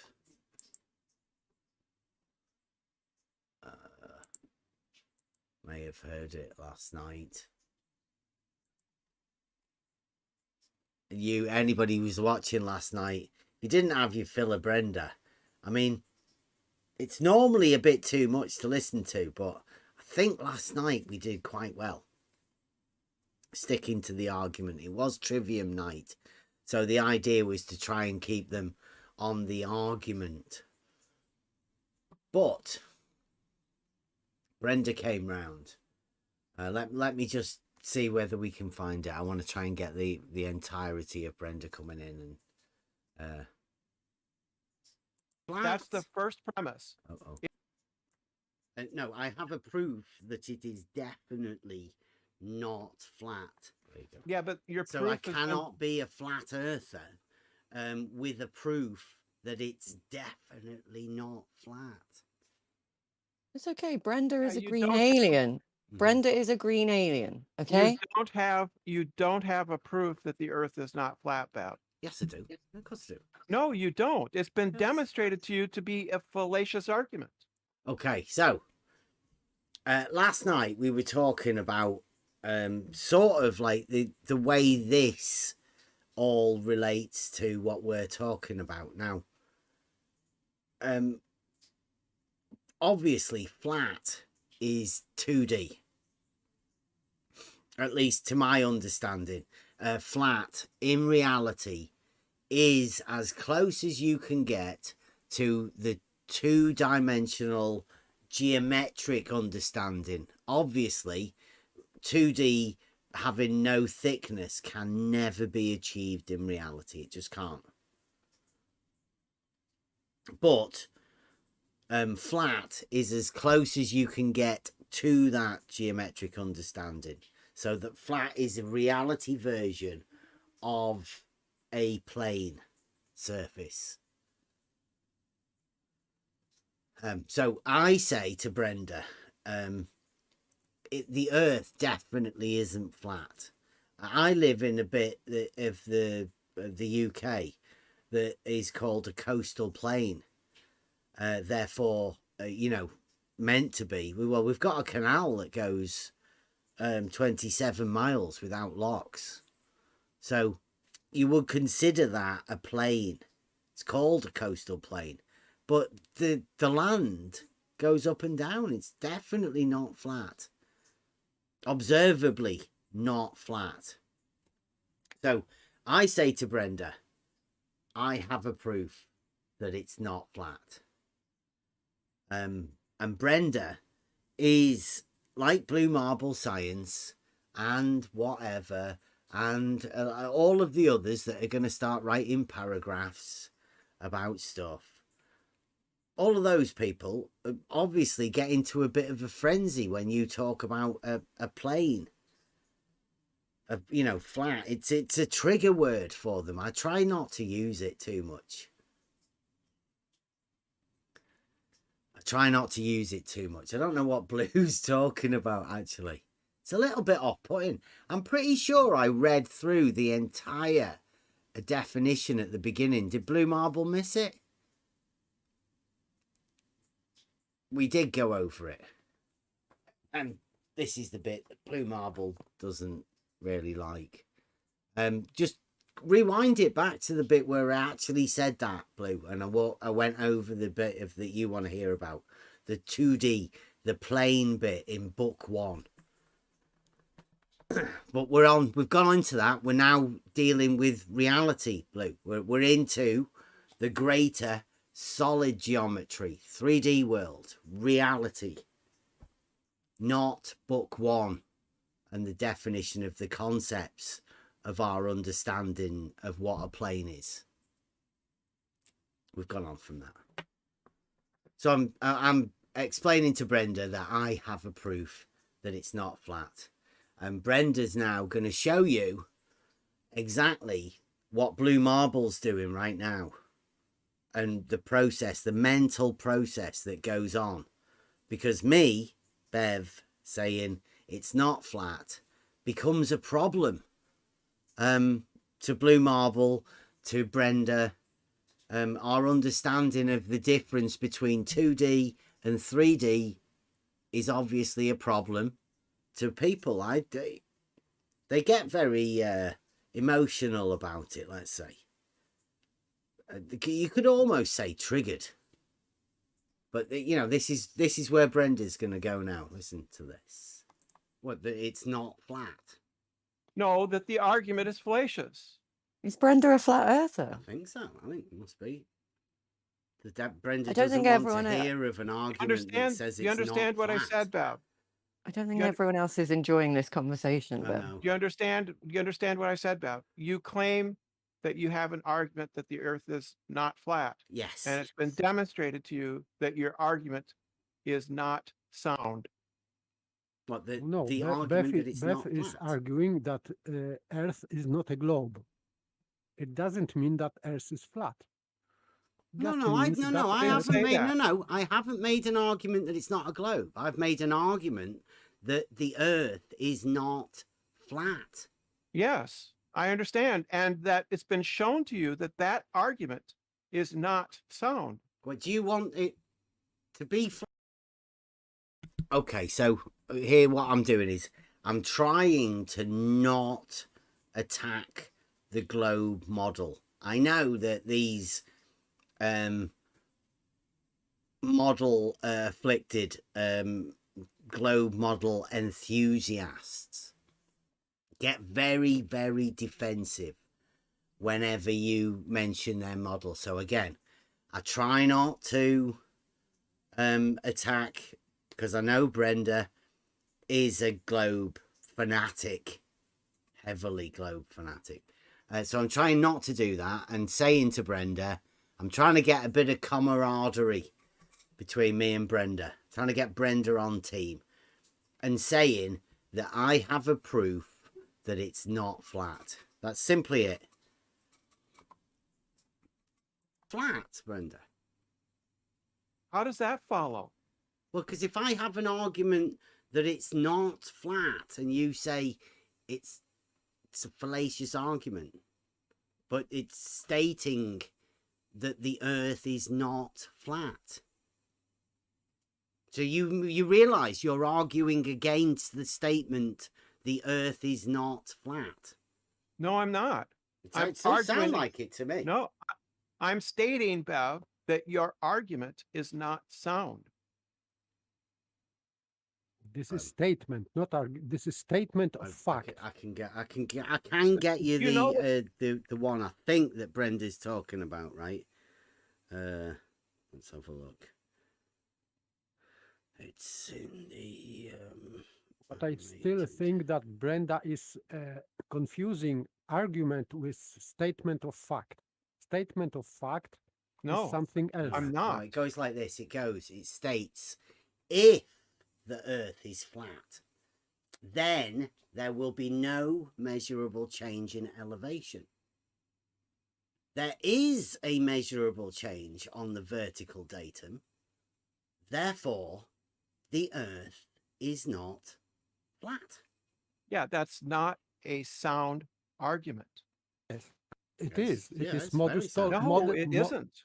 It is modus tollendo tollens. Very well. The first premise is false. What? Come on if then, the Brenda, Earth is explain it. not- if the Yeah, Earth explain wait, it. Take us flat. through the whole thing, Brenda, please. The whole thing. Tell us how it's wrong. I just told you. Now, here we go. Brenda doesn't like the idea of us having a formulation of a proof that it's not flat. Sorry, flat earthers, but we do ask the contradiction, right? It's obviously not flat. That's me personally. This is why I'm not a flat earther. Not because I don't like people calling me a flat earther or whatever. It's just that you can't defend a position within a debate, within an argument that is indefensible, right? Why would I ever go into an argument with a position that the Earth is flat if I have a proof that it's definitely not flat? Not only like is it not observably flat, but it's really easy to make a proper geometric argument that it isn't flat. Therefore, deriving a proof through an argumentative stage in a process of logical statements to prove it's not flat. It's very easy. So that's why me personally, I'm not a flat earther, because it's just definitely not flat. Blue's been practicing this. Well done. Save it for the debate with Mobius, Blue. I'm pretty sure you could tag in some sort of a way of having surface in with the X and the Y arms of LIGO. I mean, it works very well, doesn't it? Length and breadth. To me, perpendicular as well. He's writing essays and stuff. It seems like he's obsessed. All right, Blue.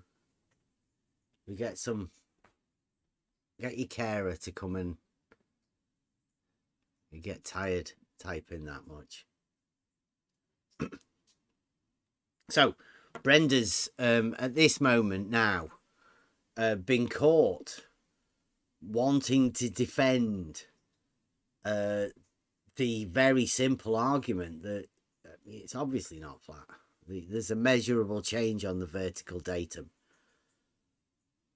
And this, Brenda called that this is not sound, or this is fallacious. Yeah. And Brenda didn't explain in which way it is fallacious. And will never explain, because it cannot be explained in that way. Yeah, it's so Because it simple. I mean, is- that's blatant gaslighting, isn't it? Yes, because it's obvious. It is provable by common notion. This is common notion. So it is obvious that the Earth geometrically is not flat. Absolutely. See, now this is what I would call a true model affliction. You're seeing right now, Brenda, in the chat, Blue Marble Science in the YouTube. Truly model afflicted. Freaking out over a 2-dimensional surface or a 3-dimensional thing in reality. It surely shouldn't be this bad for you. They're going crazy. But I mean, listen, Brenda will explain. If you try and follow Brenda's brain patterns and whatever Brenda's trying to formulate, you could put yourself in the mind of Blue Marble at the minute. You could come in and explain all of this at any time. You tell him to go live. Blue, go live and explain it to everyone. See if you can do better than Brenda. The first premise is false. If the Earth No. is flat. So It's really you have- barely a No, statement. the You're not. first premise. You're just saying it's negative of one thing. That doesn't make a positive of anything. I didn't say it was positive of anything. I said that the argument is fallacious. I was talking talking about about what Beth's saying. How? The first premise is false. How? in which way? Right? Why don't you write down the first premise?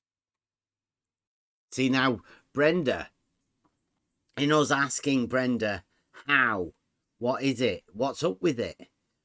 Brenda's reached aporia. There's nowhere for Brenda to go. There's no reason for Brenda to say, there's something wrong with it.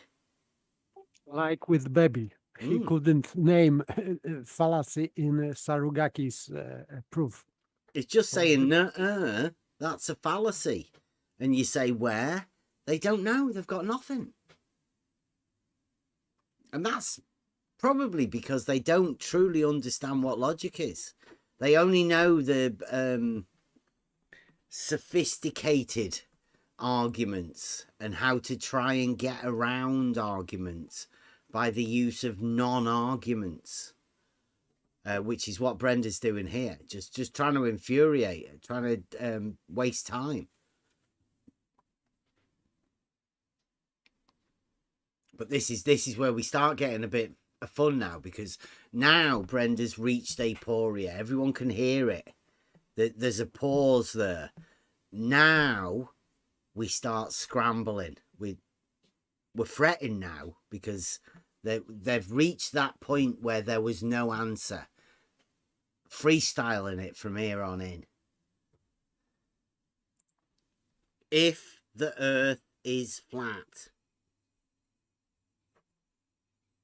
That's not a premise, Bev. The antecedent. That's not a P. premise, Bev. The P. You don't even know what a premise is. So you How are can not you are What is not a going premise? to argue. You What are, is a what this is a premise? This is how modus tollens or ponens is created. You have conditional and you are affirming or denying a condition. That's it. This is that's how modus. Brendan knows how modus tollens work. You don't know what an argument is. You don't Okay. know what a premise is.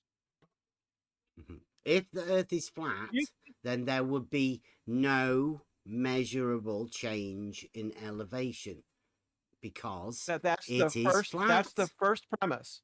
If Yes. the Earth is flat, there will be no changes in elevation. Yes. And that is the first premise, and it's false. Why? Because it doesn't follow that if something has changes in elevation, it is necessarily no longer flat. That's not what it means. It goes into the... There you go. There's the first clue. I spotted it at that point. Brenda wants something of a zero elevation change to be not flat. It's rather interesting the way the brain goes now, right? Because Brenda, that little thought has crept into Brenda's brain, and Brenda now sees that as an out. We're going into overdrive. The third dimension. No, it doesn't. Yeah. No, that's not what it means. Yeah, it does. That's not what that means. Yeah. Wait. You said it doesn't go to third dimension. Yeah, that's not what it means. You said that it's not going to third dimension, which is false. It True. is. It is. Change in elevation means that it is going into third dimension. No, a change in elevation doesn't mean that it's no longer flat. Right, at this minute now, Brenda's going to do a little trick in a bit. But at this minute, Brenda is Globe Earther. Brenda's trying to fight for the globe within this framework that Blue Marble's got, the 2D thing. Trying hard to defend the globe model within this framework of 2D. Yes, it is. No, that's false. No, you could have a vertical with a constant change in elevation, and it would still be flat, wouldn't it? You see the diagram that you... as long as it stays on one axis, right, and doesn't deviate into the other. That's false. Yeah. That's false, what we Val. would say. That's false. Brenda. You don't know what flat means. You don't know what a premise is. Okay, well, how would you rewrite? You don't know what flat means, says Brenda. Because there's obviously some other form of flat that Brenda's thinking about, which is ridiculous. But can you imagine the gaslighting that's coming from Brenda right now, trying to convince an adult that you don't know what flat means? For whatever purpose Brenda's trying to do this now, but it's becoming a little bit ridiculous. Do you not think? It's sounding a bit like Blue Marble in the chat. I mean, imagine getting so stressed out about that. It's amazing. Right, like, help us out then. Go on. Sorry. Sound like panic. Yeah. We're only talking about simple, basic concepts of 2D and 3D. And there are boomers going slightly funny and wanting to put 2D on 3D things. It's crazy. Brenda, help us out, please. Please reword that statement, right? If the Earth is flat, that has to stay, right? Could we say then the surface with no elevation change would be 2D? There you go. What do you think about that? See the way I slipped it in? If the surface with no elevation change would be 2D. Yes, that would be ponens. If you can affirm that, and of course, affirmation is obvious, it would be modus ponendo ponens. Mm-hmm. A 2D surface of even elevation.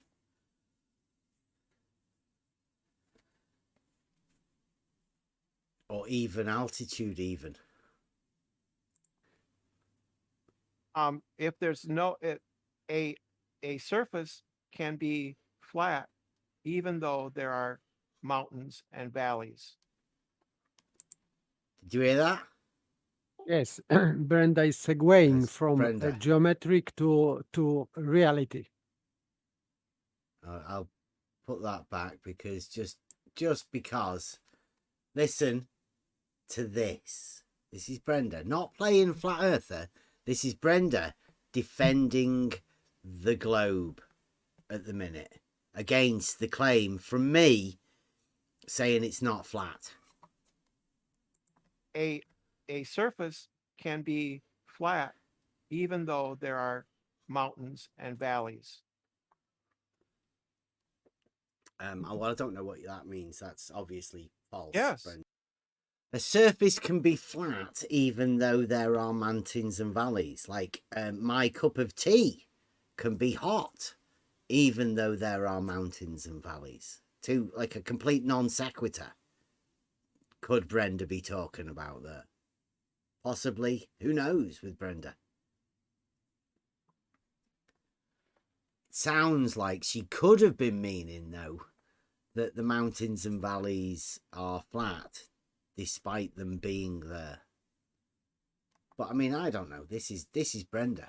Says some weird things. I no, it's not. It's true. It sounds like you want mountains and valleys and still be able to call it flat. Are you a flat Yes. earther, Brenda? Yes.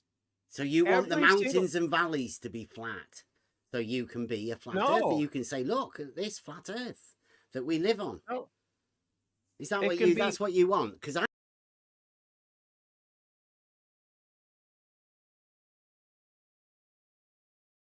dimension. No, it doesn't. Yeah. No, that's not what it means. Yeah, it does. That's not what flat means. Yeah. Wait, it wait. does. You said it doesn't go to third dimension. Yeah, that's not what it means. You said that it's not going to third dimension, which is false. That That is no, not it is. true. It is. Change in elevation means that it is going into third dimension. No, a change in elevation doesn't mean that it's not, that it's no longer flat. Yes, it is. No, that's false. No, you could have a vertical with a constant change in elevation, and it would still be flat, wouldn't it? You see the diagram that you As long as that it you- stays on one axis, right, and doesn't deviate No, into the other. that's false. That's false, what we would Val. say.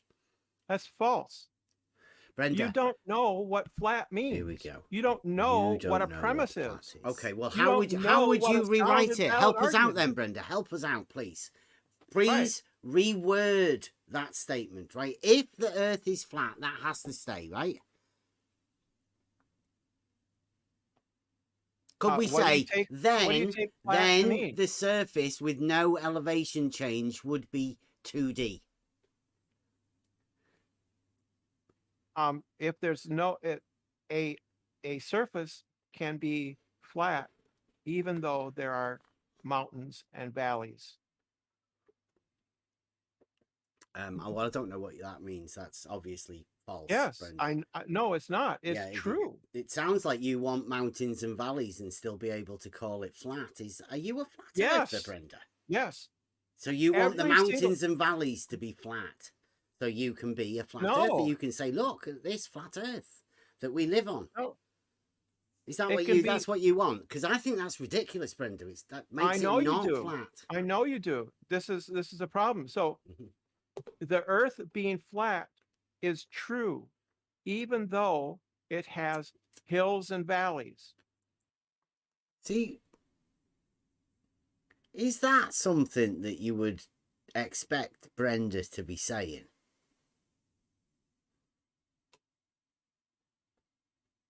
I mean, I know usually it's fucking crazy shit if you're talking to Brenda, but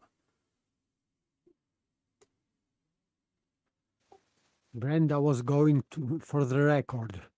that's some ultra stupid, like flat Earth Brenda. Like I can't imagine what you'd ever expect to get from Brenda after this sort of a thing.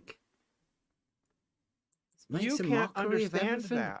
Did you just argue for the flat Earth then, Brenda? No, I didn't argue for the flat It Earth. sound like it. You said it was Sounded true. like that to Because me. you don't understand. Definitely argued for the flat Earth. Brenda definitely argued for the flat Earth.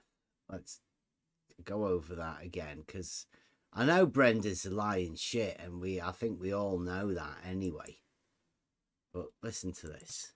So you want the mountains and valleys to be flat, so you can be a flat earther. You can say, look at this flat Earth that we live on. No.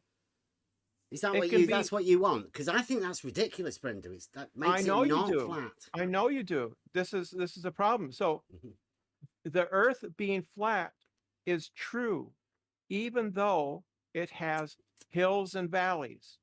You can't understand that. Did you just argue for the flat Earth then, Brenda? No, I didn't argue for the flat Earth. Sound like it. You said it was Sounded true. like that to me. You don't understand basic You thinking. did just say it was true. Somebody want to get that? Rewind it and get a clip of that, because that'll be genius. Brenda, So, you're a flat earther now? I think I'm going to have to get that. Remind me of that. 1 minute, 2. I'll get that. Brenda is definitely a flat earther. That was coming from the globe perspective, wasn't it? I think just because I said I think that's ridiculous, Brenda thought, well, I must go against that. Ben thinks it's ridiculous. Then what? Must be true. Yeah, I don't disagree. It's true. You can clip that. I mean, that's only a really short clip. And that's Brenda talking about flat Earth, it being true that it's still flat with mountains and valleys. It's because Brenda wants it 2D. It is. How dumb are you? It sounded like you're a flat earther to me there. Yes, because you are just repeating what the flat earthers say. No, did you hear me say if? No. It's a conditional. Their argument is the same. They say that the Earth is flat despite of mountains and valleys. Correct. So, that's what a flat earther would agree with me. No. And they would say that even though the Earth has mountains and valleys, it is still flat. Right. So Brenda's changing now. Do you want should we go back and hear it again? Just to confirm that yes, sure, but it was obvious what Brenda said. Yeah. Well, just to make sure that it's not like, it's not us mishearing it. So you want the mountains and valleys to be flat, so you can be a flat earther. You can say, look at this flat Earth that we live on. No. Is that what you? That's what you want? Because I think that's ridiculous, Brenda. That makes it not flat. I know you do. This is a problem. So, the Earth being flat is true, even though it has hills and valleys. You can't understand that. Yeah, the Earth being flat is true. There was no if there at all. None, Brenda. So well done. Thank you very much. Thanks for that. That's a super clip. I'll let it play out again. Did you just argue for the flat Earth then, Brenda? No, I didn't argue for the flat Earth. Sound like it. You said it was sounded true. like that to me. You don't understand basic You thinking. did just say it was true. Somebody want to get that? Rewind it and get a clip of that, because that'll be genius. Brenda, you're a flat earther now? How dumb are you? It sounded Because- like you're a flat earther to me there. Yes, See that? How dumb are you? From Brenda there. See, now that is the sign that Brenda's just been caught. That if you ever hear that from Brenda, Brenda's been cornered. Brenda's been caught out. And they just come out with the ad hom. Obvious tactics. This because is you are genius. just repeating Can what the somebody flat click earthers that? say. No, About did you hear me say if? no, It's a conditional. their argument is the same. No. They say that the Earth is flat, despite of mountains and valleys. Correct. So- That's what a flat earther would agree with me, and they would say that even though the Earth has mountains and valleys, it is still flat. They would agree with me, and I Who agree would with agree them. with you? Who? The flat earthers? They would agree with me. See, now there again, Brenda's saying that the flat earthers would agree with him. He's definitely separating. He's not pretending to be a flat earther. He's saying that the flat earthers would agree. This is some really weird stuff going on here. Really weird. And maybe because we said that Brenda was one of the best globe debaters. This is very strange. I can't. I think Kevin would go to town on this if he was well. That What, the the Earth mountains having. and valleys are flat. I never said mountains and valleys are flat. Okay, I think you did. Because No, I didn't. if you say that the Earth is flat, regardless of mountains and valleys, it means that you are ignoring the thing you are trying to prove or disprove. This I'm is not trying to nonsense. prove anything. Right, it does sound like you're trying to No, make a I'm case not. for mountains and valleys being called flat. I'm not arguing that mountains and valleys are flat. Good. I'm glad, because that'd be fucking ridiculous, Brenda. What I'm saying, Especially Val, for someone like you to be coming round here and teaching us about how good you're like, because you're one of the best globe argumenters, right? And it would be a terrible thing to make an argument that mountains and let me valleys try are it flat. again, Val. Did you hear that then? The globe argumenters. That's a new word, but there are none. Although Brenda's the best, but there are none of them. Most flat earthers will agree with me. By far, the large majority would say the Earth is flat, even though it has hills and valleys. It's still flat. Your inability. See, why is Brenda doing that? I mean, I know quite a few bunny ears, flat earthers, and not one of them that I know would ever agree with Brenda. Just out of, well, if they know Brenda, obviously, they'd have to know Brenda, and then they would definitely not agree with.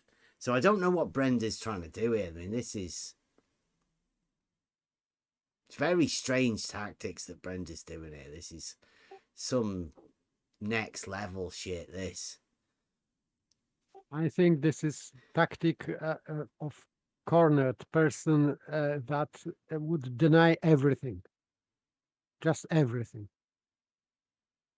Yeah. I don't know how many other globe defenders could take this particular form of debate or whatever it is that Brenda's doing. It's like crazy kung fu tactics or something, some sort of weird kung fu style of debate that Brenda's making up, I think. To conceive of that's a you problem. Brenda, do you realise you're saying that? Like, I don't want to even say it myself. Go ahead Yeah. and say it. I can rephrase that. So not flatness of mountains and valleys are proof or evidence for flat Earth. No, that's That's false. what That's you are not, saying. that's Yes. false. That's not what I said. That's It's false. Yeah, sort of. He was rephrasing it, but that's what I thought. It sounded Yeah. like you were saying, Brenda. Really Yeah, I know did to that. me. I know. That And this is tells- recorded. This is live, right? People are, oh, look at that, Absolutely. 55 people. Share it out. Share it out. I'll say it again, Bev. Yeah, go on. Just Go on. because the Earth has hills and valleys, right? A flat earther would say it is still flat, and I would agree with them that what they mean by flat would include, right, land that has hills and valleys. Right, well, that's another case for me. See, that was a full reversal then. Brenda's now talking solely about this group of people that she has no right to talk about. Which is unfortunate for Brenda, being one of the best globe debaters, argument makers, proof givers of the globe. She's completely just done a 180 and now is taking somebody else's position mid-argument. Rather, like, you definitely can't trust Brenda in conversation at all. Me definitely not being a flat earther, because I wouldn't agree with them at all. I'd say, no way could that be flat. That's one of the proofs that it's definitely not flat. It's not a proof. It is. What it shows is that it's a you problem, not anybody else problem. No, it does show that I know how to measure elevation changes, and I know it doesn't have anything to do with it. But it's definitely not flat, Brenda. I mean, it's obvious to most people that that's definitely not flat. No doubt. And Everybody else understands what I said. I'll say it again. The Earth, it could be the case that the Earth could be flat even though it has hills and valleys. it sounds for me like stolen concept fallacy. It's not stolen concept. So you are shooting your own foot, No. trying to prove something which evidence is otherwise. No. I would disagree with flat earthers, and I would say that the Earth, even though it has hills and valleys, it is not in fact actually flat. It's round, and it still has hills and valleys, but it's still round, right? Can we say 2D instead of saying flat? Can we just say 2D, right? Just to make it a bit clearer, because that's what you want to say, really, isn't it? No, that's not what I want. That's why you're on flat team with this, because you want to be 2D. 2D team. No, I'm not. You I'm and not Team Flat are like buddies now. No. Yeah. I'm pointing out the limits of your Reach conceptual around flat team, Brenda. I'm pointing out the limits of your conceptual imagination.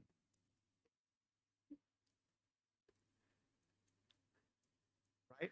Well, I am imagining you and Team Flat getting together. It does sound like a deal made in heaven. You were debate team. Have you seen the brilliant? Bev? Hey Bev, have you seen the map that most flat earthers believe in, even though they deny it, which is I don't know about you, Brenda, but I think the term flat earther is a misnomer. So I don't actually think any of them exist. So no, I don't know what you're talking about. They do. There's lots of people who think that the Earth is flat. I don't think so. I think you have just expressed they how you think the Earth is flat. If that's what you're talking about, then I can understand that, because you've just expressed to us how you can think it. Have you seen the disk Earth that most flat earthers will say that's their idea of what the Earth looks like, right? No. Have you seen that? No. Are you speaking for flat earthers? Yeah, Brenda's definitely a flat earther. No, that doesn't follow. Why are you talking about it? Now you are talking about the disk to understand the concept. To get you to understand the concept. right? Flat earthers have in mind a flat disc-shaped Earth, right? You are talking about surface, or you are talking about whole Earth? Talking That about the this whole is Earth. The whole whole Earth Earth is is a a disc. disc-shaped. Brenda, if you can remember, this is Trivium Night, and we initially started about making an argument. It seems now you're making an argument for flat Earth. No, that would be a mistake on your part. It does sound like that, though. It sounds like No. you're trying to argue that mountains and valleys can be considered flat. That's not what I'm saying at all. But that's what I got from just Yes, earlier. I know. I'm pretty sure that you said, Brenda, quote, the Earth is flat. Bev, that's pretty a you sure problem. that you said that.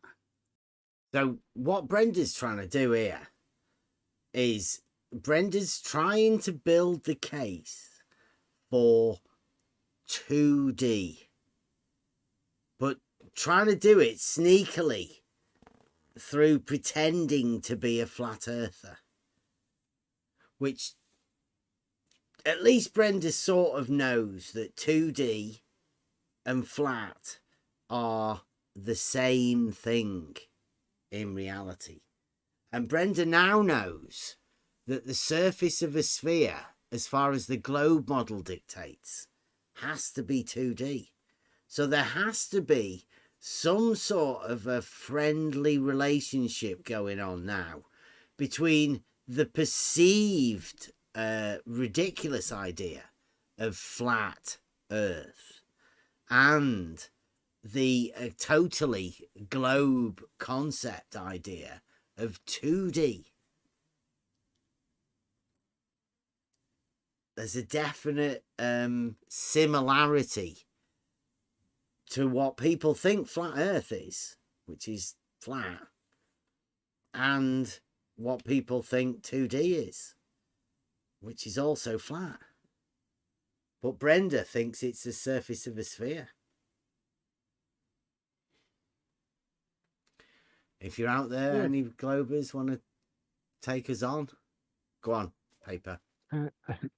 I would reduce this problem to curved or straight dimension, because it has to be reduced. I think, and it will be reduced to that problem, like curved level versus straight level. The same with dimension, and the same with these concrete slabs on LIGO, with curved level and straightened level. So I think we will reduce this problem to problem between straight line and being curved line, and curved line being straight line. I think it could be reduced. That's where we're going to. That's where this ends with Rumpus and that proposition. Or, you know, the sort of the following on of, once you start this reasoning process, but you attempt to keep the model within it, it leads to these problems that they're having at the minute. Brenda's trying to get from one place to another very sneakily, but I think this is the tag team. This is Brenda and Rumpus passing the baton, as it may be. Brenda's laying this it is all a up now, you problem. it up. This isn't anybody else's problem. Everybody else understands this. You don't. That's fine. It's okay. Well, I'm only one person, and there is 54 people listening, and there is 12 people in the Discord chat. There's lots of people that are listening to this, and I'm pretty sure every one of them heard you say that the Earth is flat. You were making an argument. I never said the Earth. I never said the Earth is. I never said the Earth is flat, Bev. I never made an argument for it being flat. Yes, you did. You said just because there's no mountains or valleys. I mean, you said just because there's mountains and valleys doesn't mean the Earth isn't flat. That's what you said, No, Brenda. that's not what I said. I said you have it on tape. No, that's not what I said. You Brenda, don't listen. That's the problem. You don't listen. I'm pretty Brenda, sure we we listened. can clip We it. listened. Brenda, we About listened. 10 You minutes said ago. that We have done. mountains and valleys not flat. That's what you said. It means that being flat means being not flat at the same time, which is contradiction. No, of that's course. false. That's false. I'm not Yes, saying yes, that. this is false because this is No. contradiction. Contradiction is always false. But you're wrong in how you're characterizing it. It's not a contradiction. Because I'm not talking about the hills and valleys. I'm talking about the underlying shape of the earth. That Underlying, what do you mean underlying? The overall shape of, it's like the pizza earth. That's what most flat earthers believe in, the pizza earth. And the fact that that pizza earth has hills and valleys, why are you talking it about is the flat still earth flat. again, Brenda? Why are you interrupting me? Why are you talking? I definitely consider myself a pizza I'm earth. pointing out that you are equivocating between. No, you bringing the argument, Brenda. You, not nobody you else. just said it again, Brenda. You just said the mountains and hill thing and flat. You just said it now. Yes, I did. Okay, so I was right then. No, you're wrong. But you just said it. No, do you I wanna didn't. Like complete massive confusion. Unbelievable. It is, isn't it? You know, listening back to it, like when you're actually in these debates, right? If you're involved in it, you sometimes don't quite see what's going on because you make a comment and then some ridiculous reply and you can't process it at the time. It's pretty blatantly obvious here that Brenda is just being a contradictor bot. Like, whatever you say, no, that can't be, that's ridiculous, you don't know what you're talking about, you don't know what you mean. And that's the only argument that Brenda's ever got. And it's auto reject mode, yeah. More and more apparent all the time. This is how these people argue with nothing. And it's getting, well, it's already been old for quite a while, but it's getting, I'm hoping everyone can see this, what's going on. It's been going on for ages. Not just Brenda. There's a lot of people that do this and they employ these tactics in different ways. Do you want to take 5 minutes and go and replay it? Here's the point. Here's the point. What people are talking about when they talk about the flat earth is its overall shape, ignoring hills and valleys. So they are ignoring this part which could disprove their statement. You mean like a map, Brenda? It doesn't follow. Do you mean like a map, Brenda? They are like a talking flat map. Overall shape and not the details. You are equivocating on the details. Maps do have contour lines on them, Brenda. They definitely try to depict the elevation changes within maps. If I take a napkin and you don't think a map is like reality, do you? Because it's definitely not. There's a difference, isn't there, between a map, a 2D map, and reality. There's a difference. There's an extra dimension there. You can. What's being talked about is the overall shape of the Earth, Bev, not the hills and valleys, which are details. Which are what's being talked about by Brenda is Brenda injecting the shape of the Earth, which Brenda wants flat to be a shape, by the way.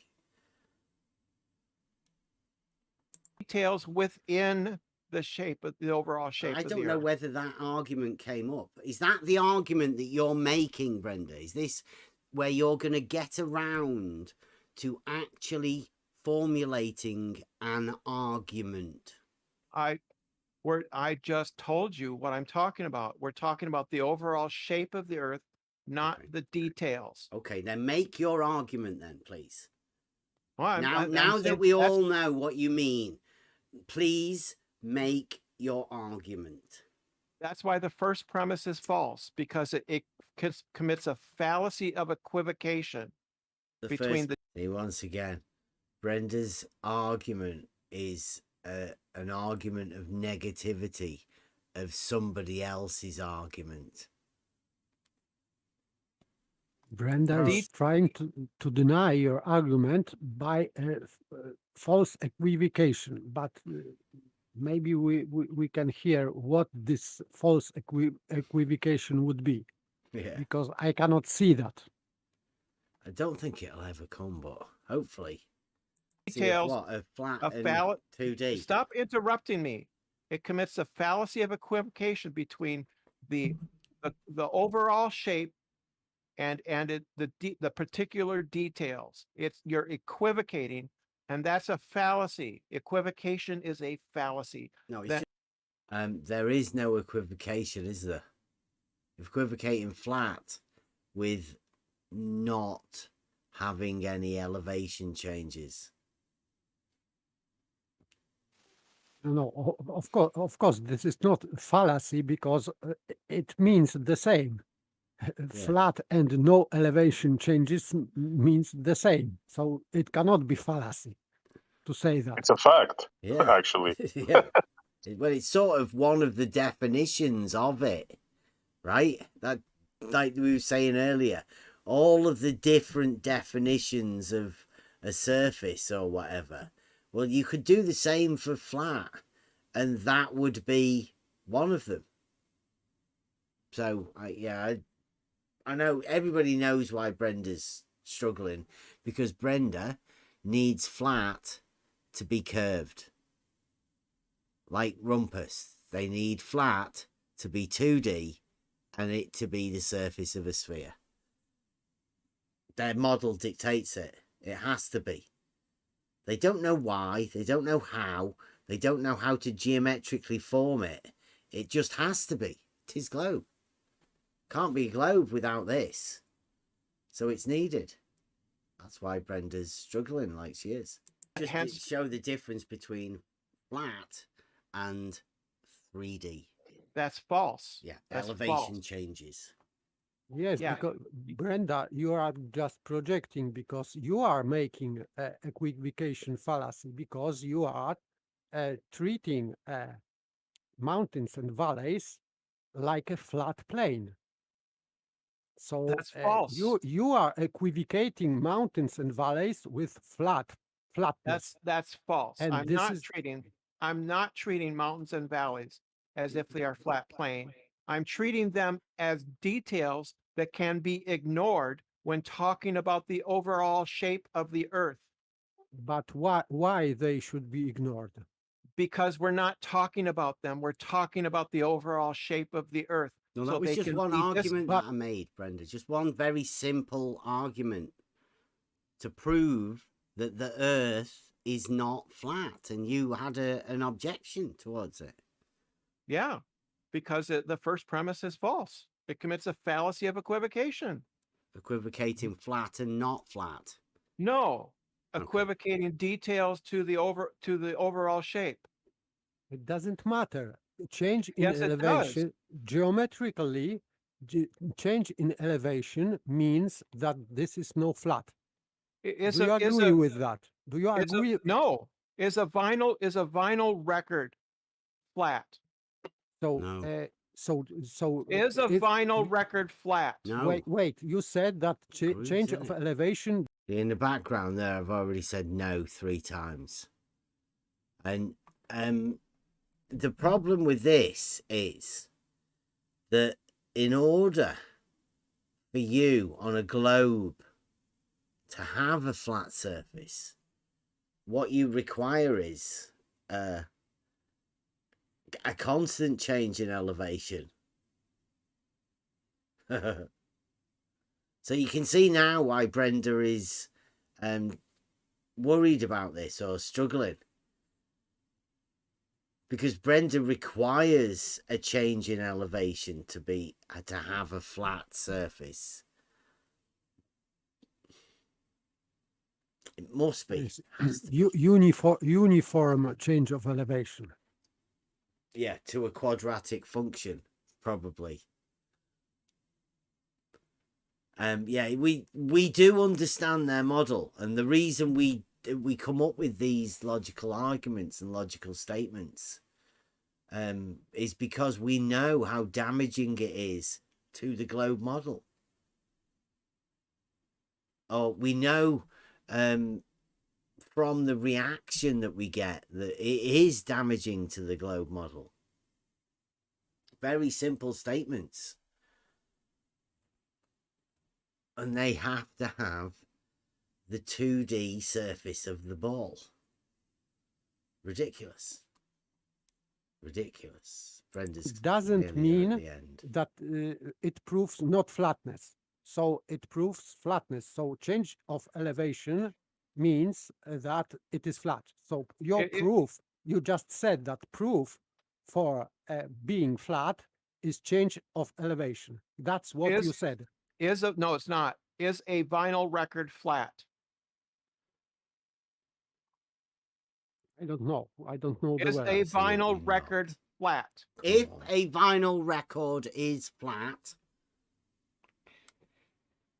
then off you go. This globe. Is a vinyl record flat? If a vinyl record is flat, then... Now, I'm asking you a question. I'm just trying to work out what the point of your question is by exposing it as an argument to prove that you can't finish the argument, Brenda. You can't make a point with your question. I'm disputing the first premise. Is a vinyl record flat under your understanding, Bev?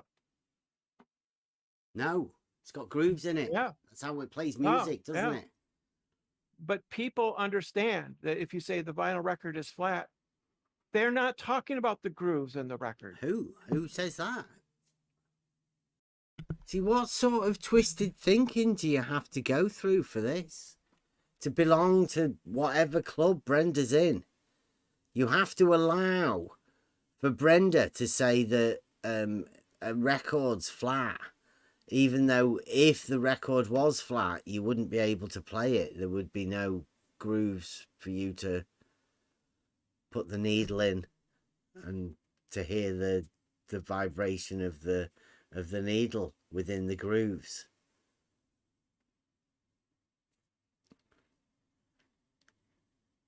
I don't know why they let Brenda do this. It just sounds ridiculous. Brenda seems to be exposing all of the globe tricks, the sophistry, which is blatant sophistry right now.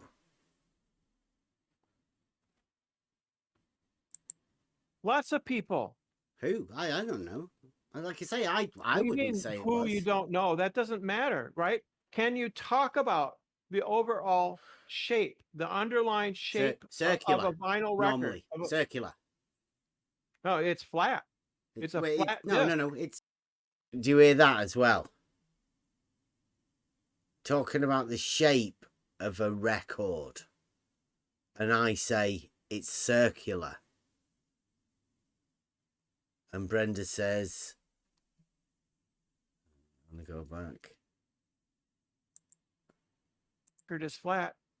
They're not talking about the grooves in the record. Who says that? Lots of people. Who? I don't know. Like I say, I wouldn't say it who was. You don't know. That doesn't matter, right? Can you talk about the overall shape, the underlying shape circular, of a vinyl record? Normally, circular. No, it's flat. There you go. I say circular. Brenda says flat. Brenda thinks flat is a shape. No, geometrical figures have shapes. Yeah.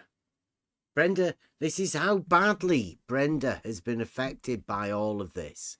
This model affliction has got Brenda thinking flat is a shape. Now, I'll say it's definitely model affliction because Brenda now thinks there's a competition between globe and flat. And Brenda wants you to have a shape, and therefore Brenda has flat as a shape now. Not circular, not square, not triangle, flat. It's so sad. Adults have been brought to this. No. It's circular. The shape is circular. It's a flat disc. It sounds like you're obsessed, Brenda. No, it sounds like you're mentally retarded. Well, if the vinyl record there's the were flat, you couldn't play. You couldn't play. There would be no use of using this vinyl record in music. It wouldn't without have been these pressed. trenches.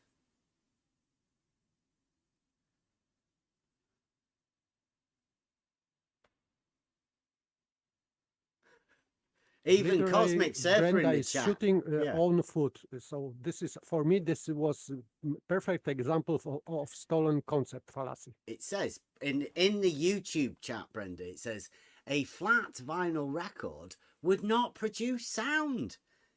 Fuckwit. Brenda has left the building, Oh, I'm probably But- embarrassed. Gone. but in her place, she has left a rumpus. No, I've cut this bit. He's muted. He's Yeah, that's deafened, from- muted. Yeah, I know, but you have Oh, to. I did that last night. Yes. Okay. Yeah. Okay. So Brenda's been and gone. Obviously, been a little bit humiliated about the circle being a record being a flat shape. Pass me the flat record. Crazy. Right, so Brenda's gone now. Brenda's left. And in comes Rumpus. And this, to me, is how I would like to apologise to everyone, really. When I first came into this, saying that level was horizontal, it was because, in reality, it is. I never realised what would occur. Listen. So, offering the chat. I asked everybody if they wanted Rumpus to come in. Allow Rumpus in on the Trivium Day. What's that? From the chat. Well, come on, I'll give you a chance. In the YouTube chat. Let's hear it from you. Shall we allow Rumpus to come in on Trivium Day to produce an argument? Let's see what we get. Yeah. I don't know. This doesn't seem like much support. I'm not too sure about it, really. What's Discord think? You're the guys that have to put up with it. Maybe. I am always up to this, but it may end as always. Would Rumpus be one of your choices for debate paper? No. No, you wouldn't. Okay. We'll let him. I don't think he would be able to have a proper conversation. I'm thinking about Rumpus. Are we up for his 2 days? Should he have put his video out now? I think he said at the beginning of the week that, he was going to put his video out. There should be a Rumpus video around. Has nobody noticed it? Well, okay, we'll just carry on with this. This is good. Rumpus has done enough with this bit here. Or debate myself. Even though we know he has no argument, I think Rumpus uses tactics that other people only go to at the end before they get really annoyed. Ev, on your Earth, do points of constant elevation form a perfect plane? What? Okay, so it's an interesting choice of conversation that Rumpus comes into. If you look, though, however, on the screen here, there is a clip of the spaghetti scientist. I can science that. And it says, this is a quote from the spaghetti scientist. It says, "If water forms a perfect plane, there can be no globe." That's a quote from the spaghetti scientist. I can science that. So Rumpus comes in with the plane thing. I think that may be what's upset him. The fact that somebody said if water does. So obviously now water obviously can't. So listen to Rumpus. Try listening and understand, you moron. Listen. Do No, the no, points of Rumpus, constant please. elevation form a plane on the Earth? Do the points of constant elevation form a plane? Everybody should know that we have here an auto level, and an auto level is a tool for establishing a level plane, a horizontal plane of reference. Now all points on that horizontal would be considered at the same elevation. So yes, all of the points on that horizontal plane depicted by an auto level, a tool that establishes elevation changes, would definitely be all on the same elevation plane, same elevation reference height, horizontal plane, tool called a level. Listen to what Rumpus says. Yes. So there you are, you're a flat earth. A horizontal plane. No, because that's what's meant by a flat earther. That's what a flat No, that's earther a believes. horizon- Points that's of a constant horizontal plane. elevation form a perfect horizontal plane. yes. That makes you a flat earther. Sorted. Well done, Brenda. Well done, Brenda. Well done, Brenda. Can we get a round of applause for Brenda? Well done. I don't know what Brenda did, but Rumpus wants to help. Yeah, well done, Brenda. So that, yeah, if you think an auto level or any tool called a level establishes a horizontal plane, and all the way along that horizontal plane there is no elevation change, like Rumpus says, he thinks you're a flat earther. If you've ever seen an elevation profile and they have a change in elevation, if you think a zero change in elevation on that elevation profile is a horizontal line like it actually is, well then you're a flat earther. Rumpus, what Rumpus has just done here is explained the problem that they have. If you think the constant elevation is a horizontal plane, then you're a flat earther. Rumpus is going to explain now. This is a bit what Paper was saying a bit earlier. If you remember that, Paper. Just listen to Rumpus over this next bit. No, because you can do that also on the globe. No, you If the can't. It doesn't Earth- form a flat. No, on the yes. globe, points of constant elevation form a sphere. You utter moron. No. See, points of elevation, the same elevation, form a sphere on the globe. But he's shooting his foot. Yeah. Because it would mean that he is flat earther also. Uh-huh. Yep. He is flat earther living on his spherical model globe. Yeah, conceptually. Just, yes. Yeah, like everybody, right? Now Rumpus has just jumped everybody into one group with a conceptual, they can have their conceptual model. But everybody, basically, Rumpus has just said, is a flat earther. Let's have a listen. Utter moron. Happens, right, elevation. Points of constant elevation on the sphere, on the globe, form another spherical surface. You utter idiot. Yeah, points of equal elevation on the globe model form another sphere. Again, points of equal elevation in reality are on a horizontal plane. But there's a difference. On the globe, They form a sphere. I'll leave everybody else to work that reasoning thing out for themselves.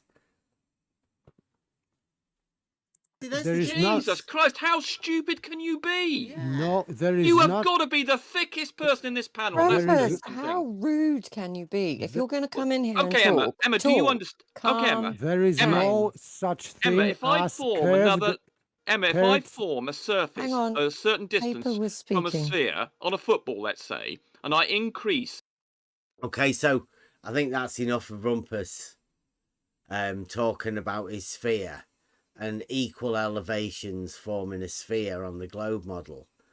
But equal elevations in reality are on a horizontal line. But equal elevations on the globe model form a sphere.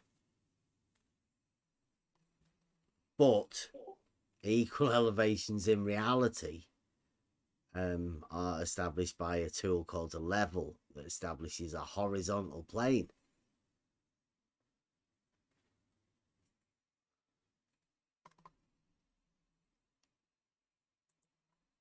I'll clip some of those bits out. I've got a thing going to see whether I can write a modus tollens with the globe as help. Well, I can get them to voice it.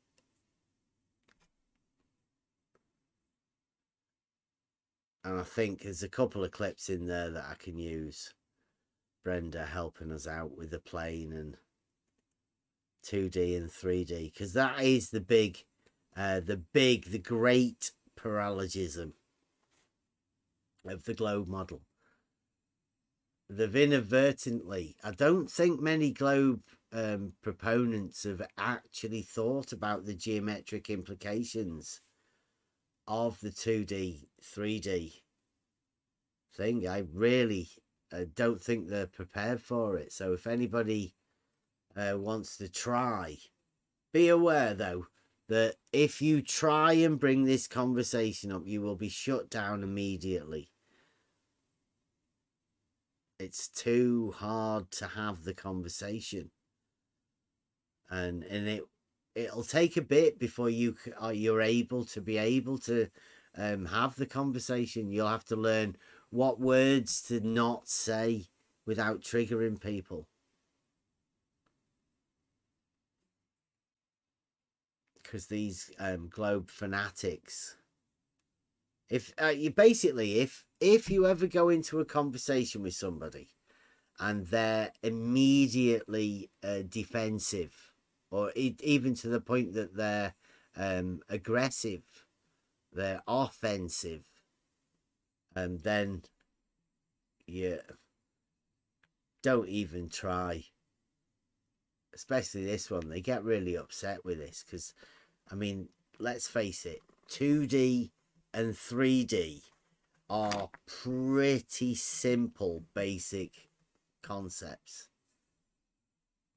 And in order for you to be able to have that conversation with somebody, you are basically questioning their childhood, their conceptual understandings that have been given to them from childhood. The globe model, it's in there. They've got a surface of it. That surface has to be 2D. It has to be. The model isn't real, but the conception of it has been planted there at childhood. You can't get rid of it.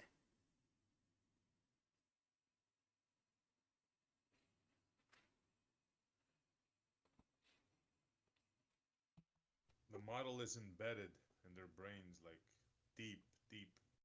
Are you really low there, Essie? Is that just me? Is my sound gone? Yes, very silent.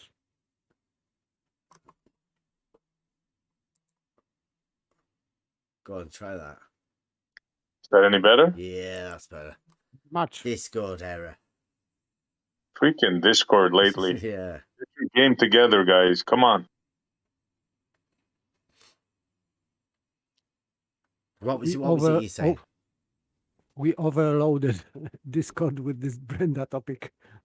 I was saying the model is deeply embedded in their brain. There's some of them. There's no way to get it out.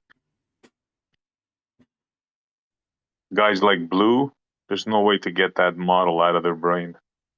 No, and this argument within the framework is completely been made up by them to fit the model into reality. The 2D, 3D misunderstanding, the straight lines and circles, not being able to tell the difference between whether levels are plane or whether it's a big circle.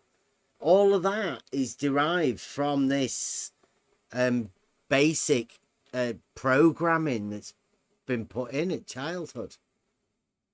It's why you see old boomers acting like children within the argument, not being able to formulate arguments and lashing out like a child.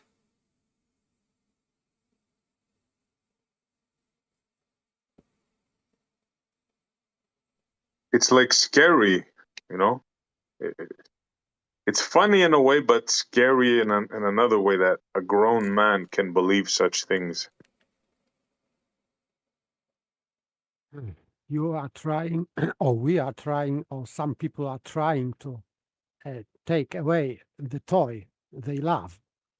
And they are angry like children when you take away their beloved toy. Yeah, good analogy. Yeah, we're trying to take their sphere away from them, and they want to bounce it around. They want to play basket, sphere ball, earth ball. Well, me, I could quite say quite often, I don't want to take it off anyone. And in fact, it's your own model. You keep it in your head. I mean, that's where they all exist. Reality is going to be reality. And whatever model you think you have of that reality, keep it. It doesn't matter. It's not going to change reality. Reality's going to be exactly the same as what it is. And what you shouldn't be bothered about is other people's opinions of things. You shouldn't need to get all aggressive. You should be able to talk to anybody about anything. I mean, think it's a ridiculous idea that somebody else has of something if you want, but it doesn't make any difference. Reality is not going to change for anyone. And yeah, I know that people are always going to be the globe earthers dislike the flat earthers, and the flat earthers want to get one over on the globe earthers. And there's a constant battle backwards and forwards, but all we're really talking about here is the basic fundamentals of a plane surface within the first 10 books of Euclid, and that changing to a 3D surface, and saying that, yes, there is definitely a difference between a 2D circle and a 3D sphere. And that difference is the surface. 2D, 3D. And the same with the cube. There is a difference between square and cube. Yeah, and the difference is the extra dimension, the distance between the two sides. Yes. That are running parallel. That is the third dimension. The surfaces of a cube are in different planes, in different dimensions. Mm-hmm. Yep. I noticed Alan's back as well. That's nice, Alan. Good to see you, Alan. Have you got that rebuttal to the level is horizontal argument yet? That's quite old. I could do with re-going over that. I bet we could do loads better with some new stuff. Wonder whether Alan would come and watch that. Yeah. It's weird, some of these proofs and some of these things that we laid out all that time ago. And imagine how you thought people were within this arena, and you imagine how big you thought people were at the beginning. You've got I mean, who is there now? Like, who's the big name? Anyone in here? Name the biggest name in globe that you think you can. Who's the pinnacle of globe knowledge? Would it be a glober? Good question. I bet it wouldn't. I think not a glober. Yeah, I don't think it would because be. From the start in the 2016, as I remember, every so-called debate, which was not debate, was starting with explaining to the glober what his model is. So flat earther had to explain him in detail what his globe is and heliocentric model and implication of that model. So that was very funny in that time. And I think it in many instances it didn't change till now. It's never changed, has it? I mean, as far as I've seen, it's always the globe earther coming in, getting all frantically upset that you might be questioning their globe model, and then telling them telling you that you don't understand their model. I don't think it's changed at all. Yes, of course, but then flat earther or whatever, not glober, is starting to explain his model, and he disagree because his model is another model. So he assumes that glober, that his model can be inconsistent. And it is all right. It can go against logic, geometry, and so on, and still it is plausible model.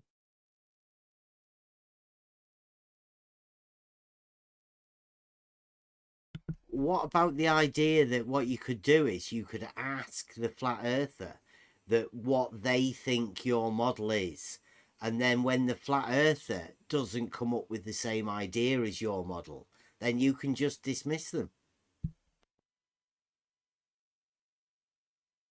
Yes. So they are. I think that globers are lazy. Average glober is lazy and doesn't want to know what his globe or this model scientifically is, because there is no science in that. But still, he cannot explain in a logic manner what his model is and how it can operate, because it is, of course, physically impossible that this model would work. It cannot work in many ways. It is impossible. Yeah, I think if you hear a flat earther talking about the globe model, they always tell you what doesn't work about the globe model, right? Now, Yes. If the flat earther can find that within the globe model, it's pretty obvious that the globe model proponents haven't even looked, because they should have found these inconsistencies and contradictions and fallacies built within it, but they haven't. So I don't think the globe earthers actually have any globe experts. None. No, they just ignore the contradictions. Like Brenda ignoring mountains. So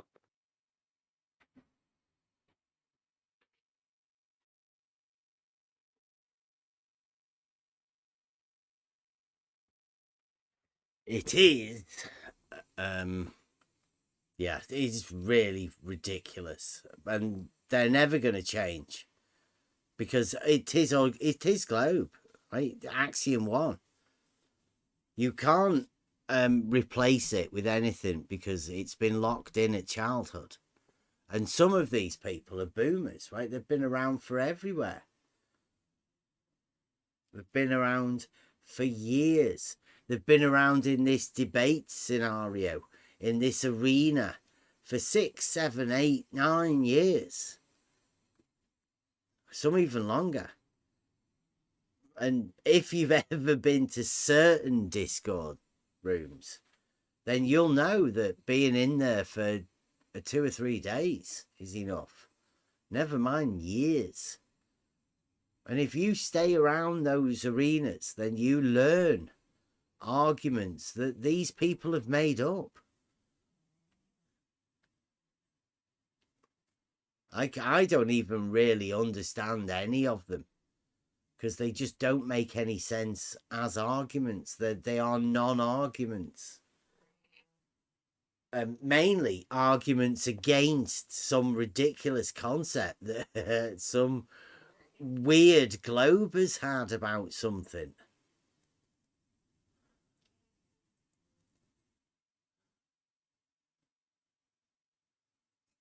Yes, and on the opposite side, some flat earthers, maybe on purpose, are producing idiotic theories or fantastic stories about so-called flat Earth, and then globers have something to eat to digest, because otherwise there would be no counter arguments from their side. So the game has to go on.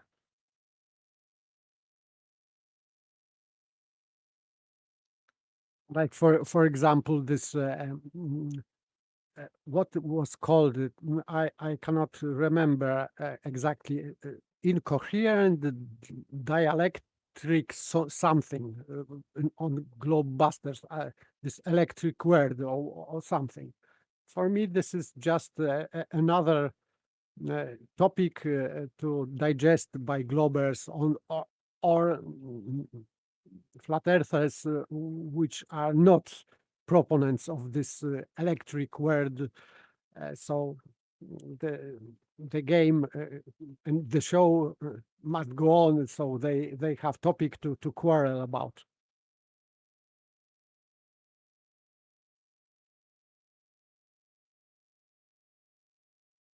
An interesting take, not because, do you reckon, because they've got this geometric argument, they've lost it so badly they have to maneuver into another arena somewhere else. Yes, electric, but this is getting old, so now they are going back to ether. Yeah, I think that somehow, at some point, they are going to need to bend horizontal in order to keep the perpendicularity thing going. They definitely need to bend horizontal. Yes, but for Globers, it is a problem, greater problem, because they are using this refraction. And refraction is killing their geometric argument. So if they are curving horizontal and they are introducing or invoking refraction, refraction is canceling this geometric curvature, because we see in straight line, and they admit that, but their claim is that we can see in straight line, this horizontal line is straight because of refraction. So they are in dilemma what to use, geometric proofs or refraction proofs. So they are mutually exclusive, so they cannot use both. This is, for me, this is funny situation. I have a good laugh at them at the moment. I always said for quite a bit ago that they must be in a really bad position. I wouldn't like to be in the position that the globe is in at the minute. Don't have a model, but definitely wouldn't go anywhere near that shit at the minute. That's pretty tough. And to be in a debate arena and not be able to put anybody up with an argument, and to have just such a weak position to start off with.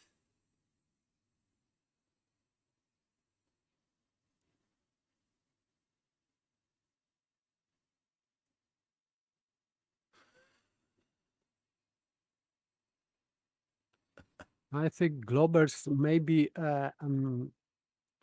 they are starting to understand that their sophistry and pseudo arguments are so easily dismissed now that they maybe they should reconsider. They think that they should reconsider their model somehow, not entirely, because they cannot go against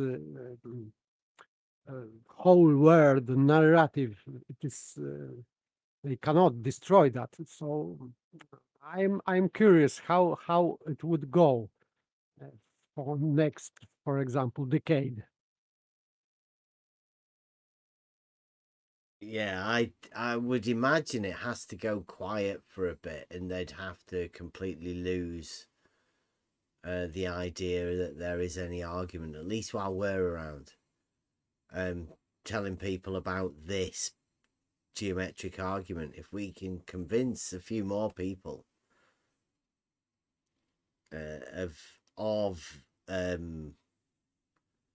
well, just that horizontal and vertical are perpendicular and the geometric consequences of that and how bad that is.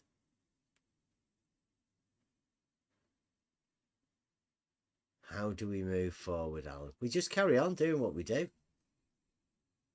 Just let Logos take it. There's no need for us to do anything. We just carry on. Oh, do you mean, oh, right, you mean the globe model?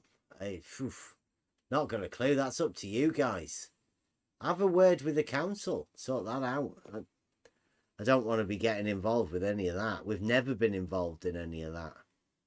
We're all right here, though.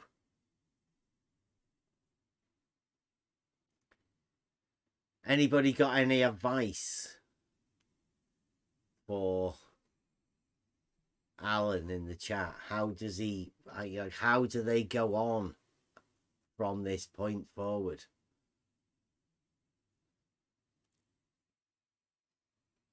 Oh, there's always a point carrying on, Alan. There's no need to be so defeatist like that. Just carry on. Like we said, the actual reality isn't going to change at all. Nothing's really any different. I wouldn't worry about it. Just got one less model.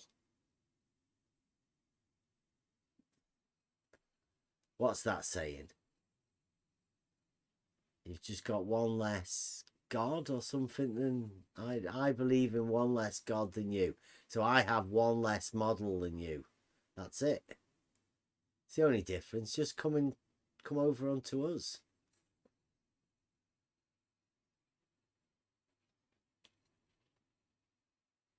It could be a modelist. A model. That sounds all right, doesn't it? A modelist.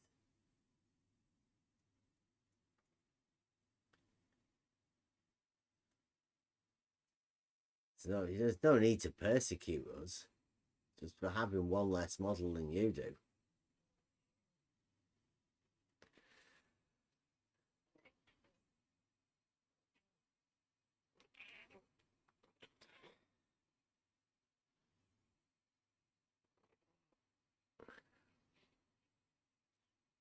removing model may remove some threats. For example, this I think it was a couple decades ago that the mainstream was threatening people that Halley's comet will strike the Earth or whatever. So with the model comes may come the threat somehow. So if someone can get rid out of the model, he maybe will sleep better.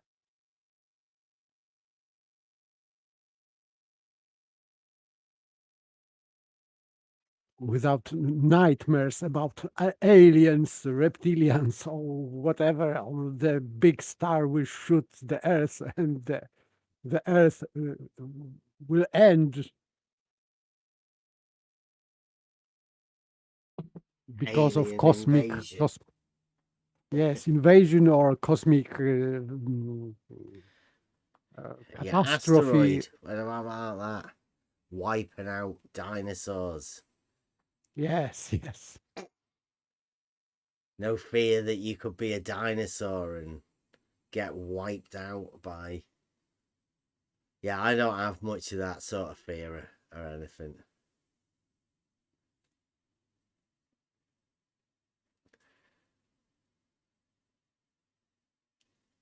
It's good that you come back, Alan. Like, you give us a chance to study. It's been a long time.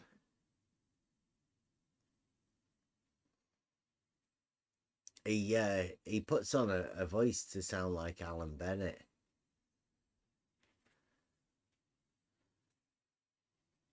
So everybody should know Alan.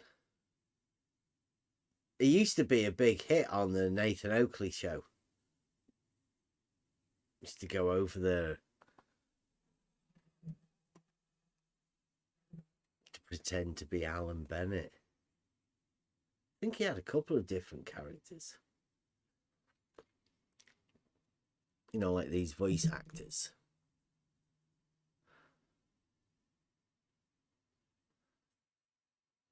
Got a mate called Gary.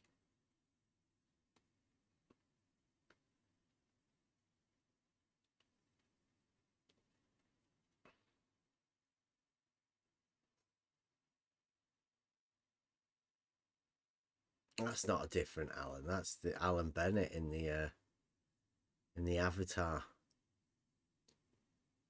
Isn't it, Alan? Or are you talking to somebody else?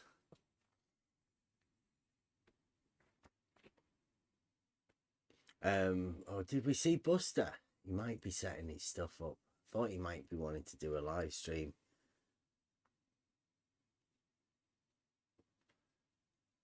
Might have finished his shift, come back. Might be setting up. Hopefully. Fingers crossed.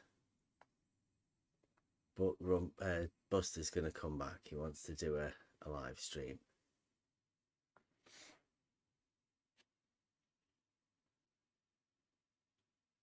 I can remember you on Oakley, Alan.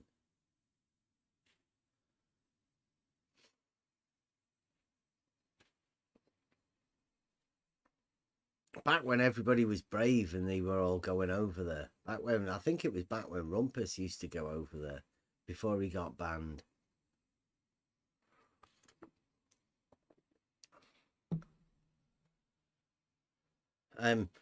Who was it that predicted that there would be some people coming in tonight? I was expecting that there would be some pushback against the 2D flat balls of Brenda.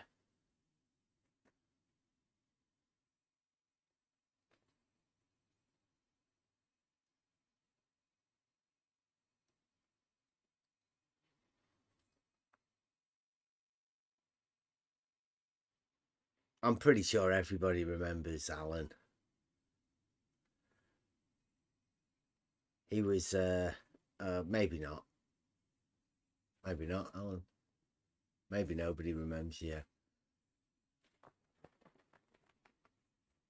I wonder, Alan, who do you think is the most knowledgeable about the globe? Who is the supreme globe thing? I'm no doubt you have little quizzes that you send around, either monthly or yearly or something, to see who's the top of the thing. Anybody get to sit on the globe throne for the year, crowned champion globe? Who would you say? I bet it'd still be Simon Dan, wouldn't he?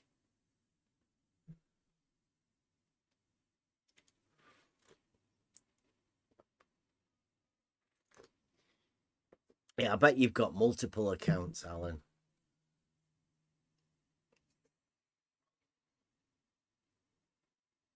Who's the top globe? Who's the one that all of the flat earthers should be aiming for? Who's the big globe honcho? The one that holds all of the globe proofs?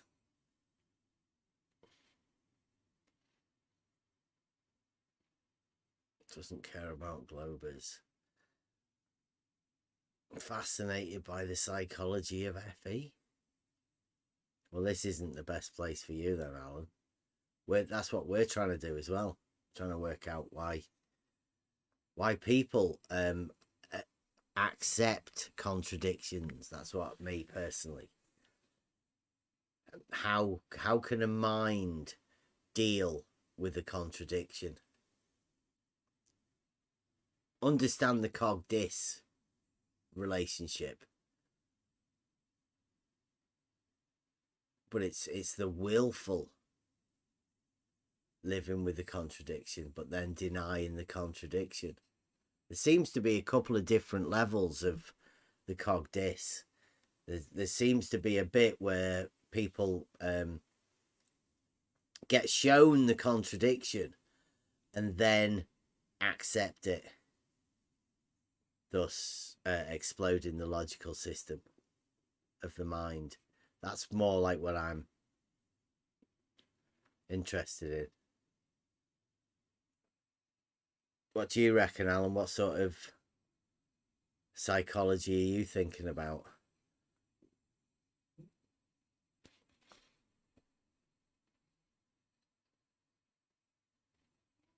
No, I don't have cog-dis. I'm not admitting it. No, I definitely have a proof it's not flat. That's why I say it's not flat. Because if I did, I would have to live with the contradiction, and I can't live with contradictions like that. It's amazing how many ballers want the Earth to be flat. It's I can't believe it, really. They want other people to want the Earth to be flat. Then Yeah, they can have that's more something to accurate. argue against. Yep. It's really strange.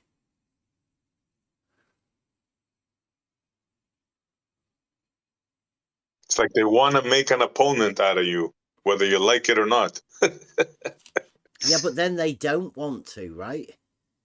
They don't want to engage. Yeah. Which is very strange. They only from text, right? It's the closest they can get. So they want to create a character that they can battle against, but not battle against. Unbelievable.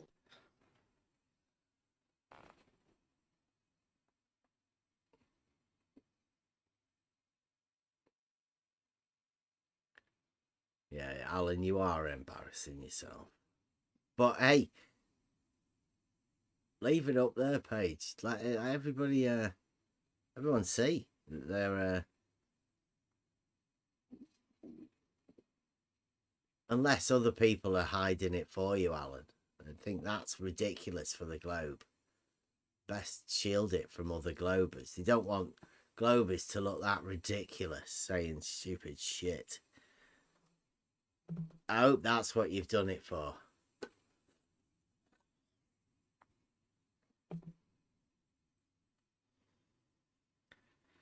There's been loads of changes, Alan. I've changed personally quite a lot, I think, over the last few.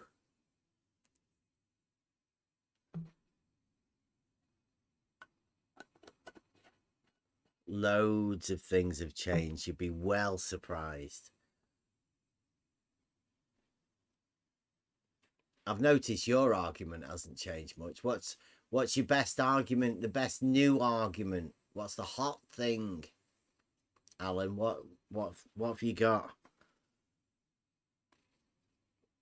for you to battle the flat earthers with? Actually, not no, because Alan doesn't have a model. He just likes to call people flat earthers and then ridicule them. He gets it wrong quite often, which leads to really ridiculous, embarrassing situations, but he doesn't acknowledge them either. No shame. I'll be saying, a good day, Alan. Anytime you come round. But, I mean, that's fair enough. If you want to get shy. It's fine by me. Still no Buster.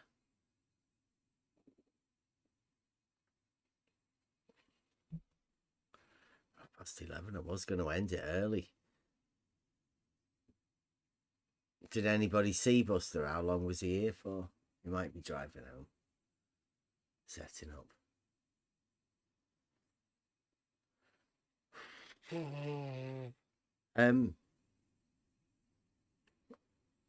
What's your opinion, Alan, on flat balls, 2D balls? Is the surface of a ball 2D or 3D?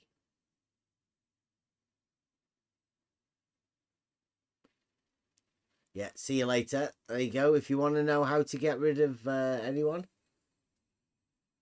from the globe side, just ask them. Do they think the surface of a ball is 2D or 3D? Next time you want to go play soccer or football, more accurately pronounced, just go and ask the guy, can you give me one of them 2D balls, please? I tells you. wouldn't use that, because anywhere else outside of this arena, you'll make yourself look fucking ridiculous. But if you know you are talking to a hardcore globe proponent, then by all means ask them, do they think the surface of a sphere is 2D or 3D? Because you know what they have to say. They have to say 2D. If they don't, they can't have a globe. So you can't have a surface of a globe without a globe. That's why it doesn't exist.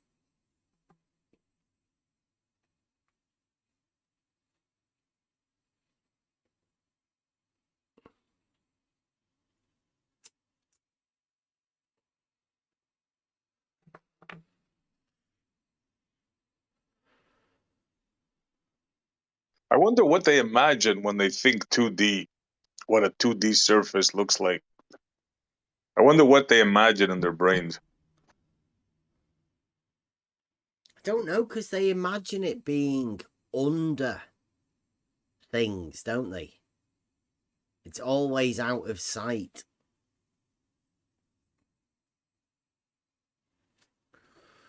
It's underneath everything. It's mean sea level. I think that's what they go on about, but... Can a 2D have under and over? Well, in reality, yeah. A horizontal 2D. plane. Yeah, a horizontal plane can have one on top and one below it, parallel. In reality, Yeah. In reality, yes. I don't know. You'd have to ask somebody on the globe how that works with horizontal planes on the globe. I would But imagine they're struggling. 2D, can it have up and down? The conceptual 2D. No, Not one within. thing. Not within that plane. No. So Absolutely not, right? Yeah. So if you are considering one plane, it is 2D, but two parallel planes are not 2D in total.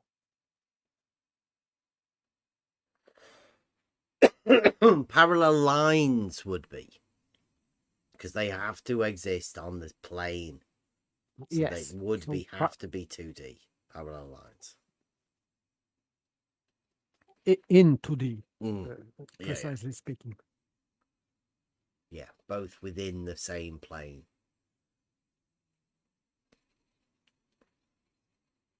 But parallel See, it's hard planes. for them to distinguish between concept and reality.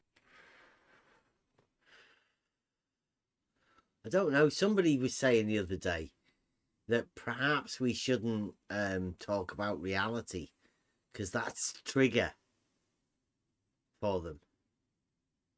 Because whenever these words that you use that are triggers are the ones that they associate their model to. And they're always the worst triggers. I mean, we went all of the time by not using flat within an argument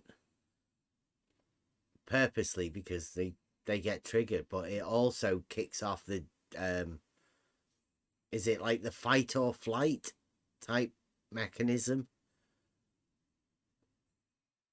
whenever you start the response, arguments out. You never really know how the particular cog dis is going to work with whichever person you're dealing with, especially if it's a new time, first time.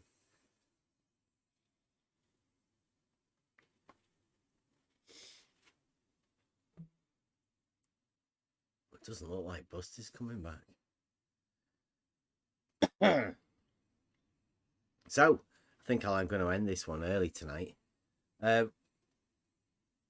Anybody got any final words about the 2D, 3D surface of a ball?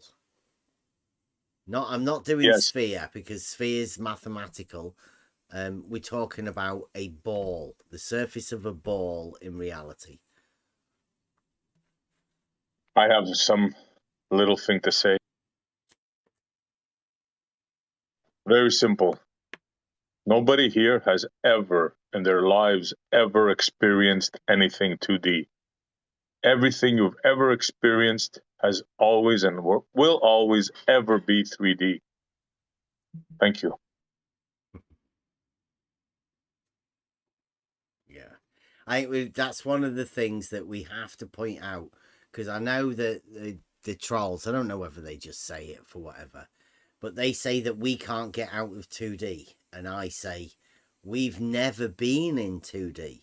We've always, every one of the times we've ever had a test or an argument or whatever, it's always been related to 3D reality. Always.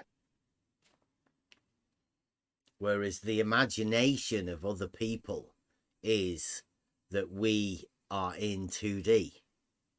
Well, no, that's where the foundations of what we know, the geometry, the sciences that we've learned and processed and gained our knowledge on. I think, although very simple, you learn a greater understanding of that method through geometry than you do for anything else.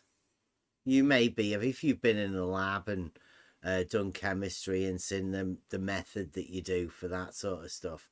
Although I mean, I don't even know what it's like nowadays.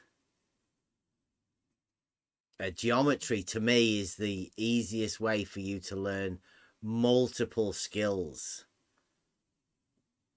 that are definitely beneficial. You can use the things that you learn through geometry and the argumentation, the discussion, the learning of the new words and the definitions and how they're formed, and learn the axiomatic system, learn the way to formulate logic and how to gain a proof through the correct use of words and how to lay them all down. Extremely beneficial.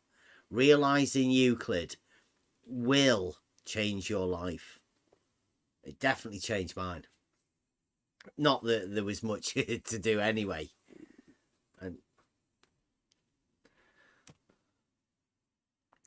But it did definitely help me to be who I am today.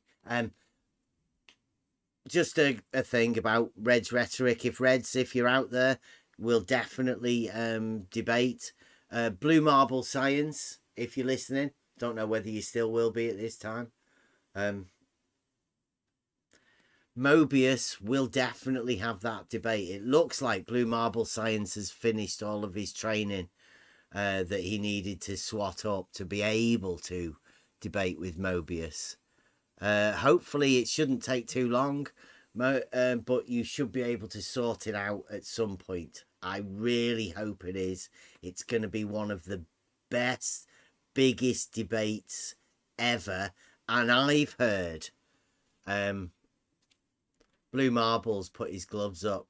You know, if he fails as badly as we think he is going to fail, he's going to retire. Retire from the scene. No more debates from Blue. So, hopefully it'll be a good one with Mobius. Blue Marble. One of the best debates. I'm up for having a debate with Reds. I don't know whether Reds will. Somebody said McToon might want a debate, but I don't know whether McToon's brave enough. And Fight the Flat Earth as well. Student of the Trivium, using geometry and logic to bring arguments from reality. Buster Song. Anybody got any?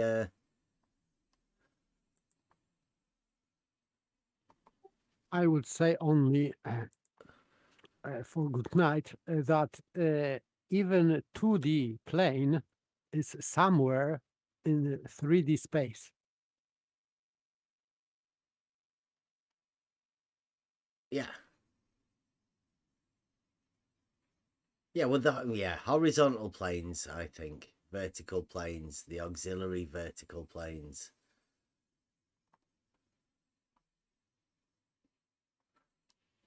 Got elevations. Does that sound good? Let's go with that. You don't understand elevations. I bet it's probably Rumpus. Okay. Thank you very much for joining us tonight. It's been good. I quite like these nights. Not many people have stopped by, but you're the committed ones. And be careful with these arguments in the 2D, 3D. They will do people's heads in, and the globe will struggle. Very much so. So be careful with these arguments. And be nice to people. See you tomorrow. Free for all Friday tomorrow. Anything you want to say? It'll probably be Brian Leakey coming round, so let us know. Come on in. Join us tomorrow. Thanks for watching. See you later. As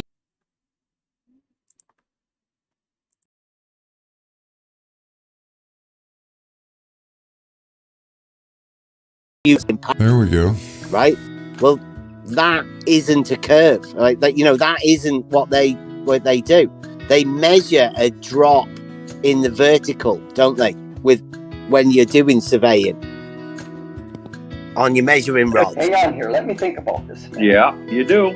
And that's If there's a change in the vertical, then what do you call that when you're measuring, when you're doing your surveying? Hang on here, let me think about this a minute. change in elevation. Right, okay. Oh, yeah. There we go. Hang on here, let me think about this a minute. Oh, yeah. So drop any, it would be a drop any direction you go. Earth is always dropping away from you. So the water, you think the water level drops away from you? There we go. Yeah, I know it. I've not seen a drawing from LIGO. The nutsack thing is related to either arm, an X or a Y. Let's say 400 meters. How accurate would you be? Set in a horizontal. It is designed to be 33.1 arc seconds from top to bottom at that distance. Wait a minute. The elevation from the water level is always going to be the same. They'll all intersect. Those three lines will intersect in the middle. There we go.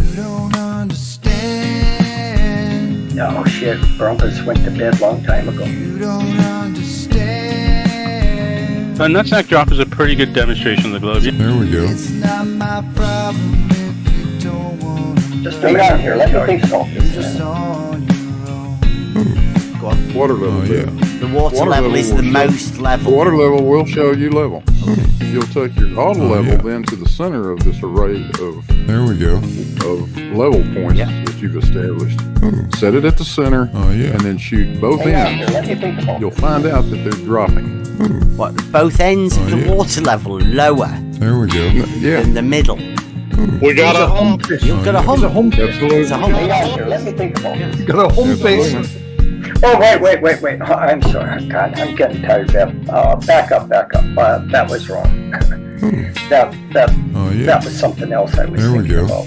33.1 arc seconds. 1 arc second, which at 400 meters would be in a vertical height of 12.6 millimeters. Buster. It's not my problem if you don't want. Hang on here, let me think about this. You're just on your own.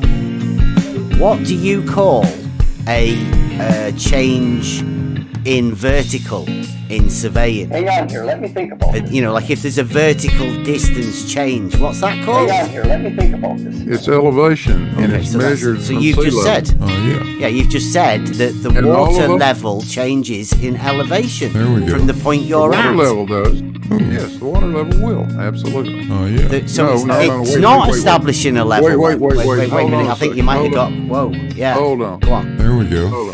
Take a mulligan on that one. Let's try again. Don't overtalk. Don't overtalk. Don't penrose. Yeah, at 400 meters, the Earth curve is about 12.6 millimeters, so you're going to have to add that in. Oh, yeah. Add it into a horizontal. Where do you add it in? Yeah, that's what I feel like a lot of times, Buster. There we go. Oh, yeah.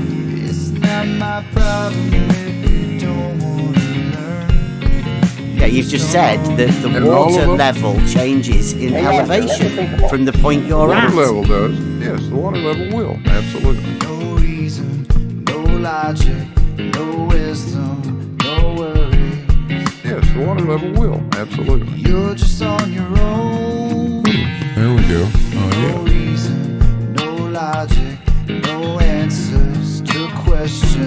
Hang on here, let me think about this. You're just on your own. Just so that, you don't lose me here. Let's say we have A, NA, and NB on your water level. Where are you going to put your auto level? Oh, yeah. What? I'm not putting the auto level anywhere. Now those. For what? Okay, wait, back up. Back up. Back up. No, wait, back up. Back up. No, wait, please. But on the curved Earth, what you just described is what we would see. We would have 3 different horizontals intersecting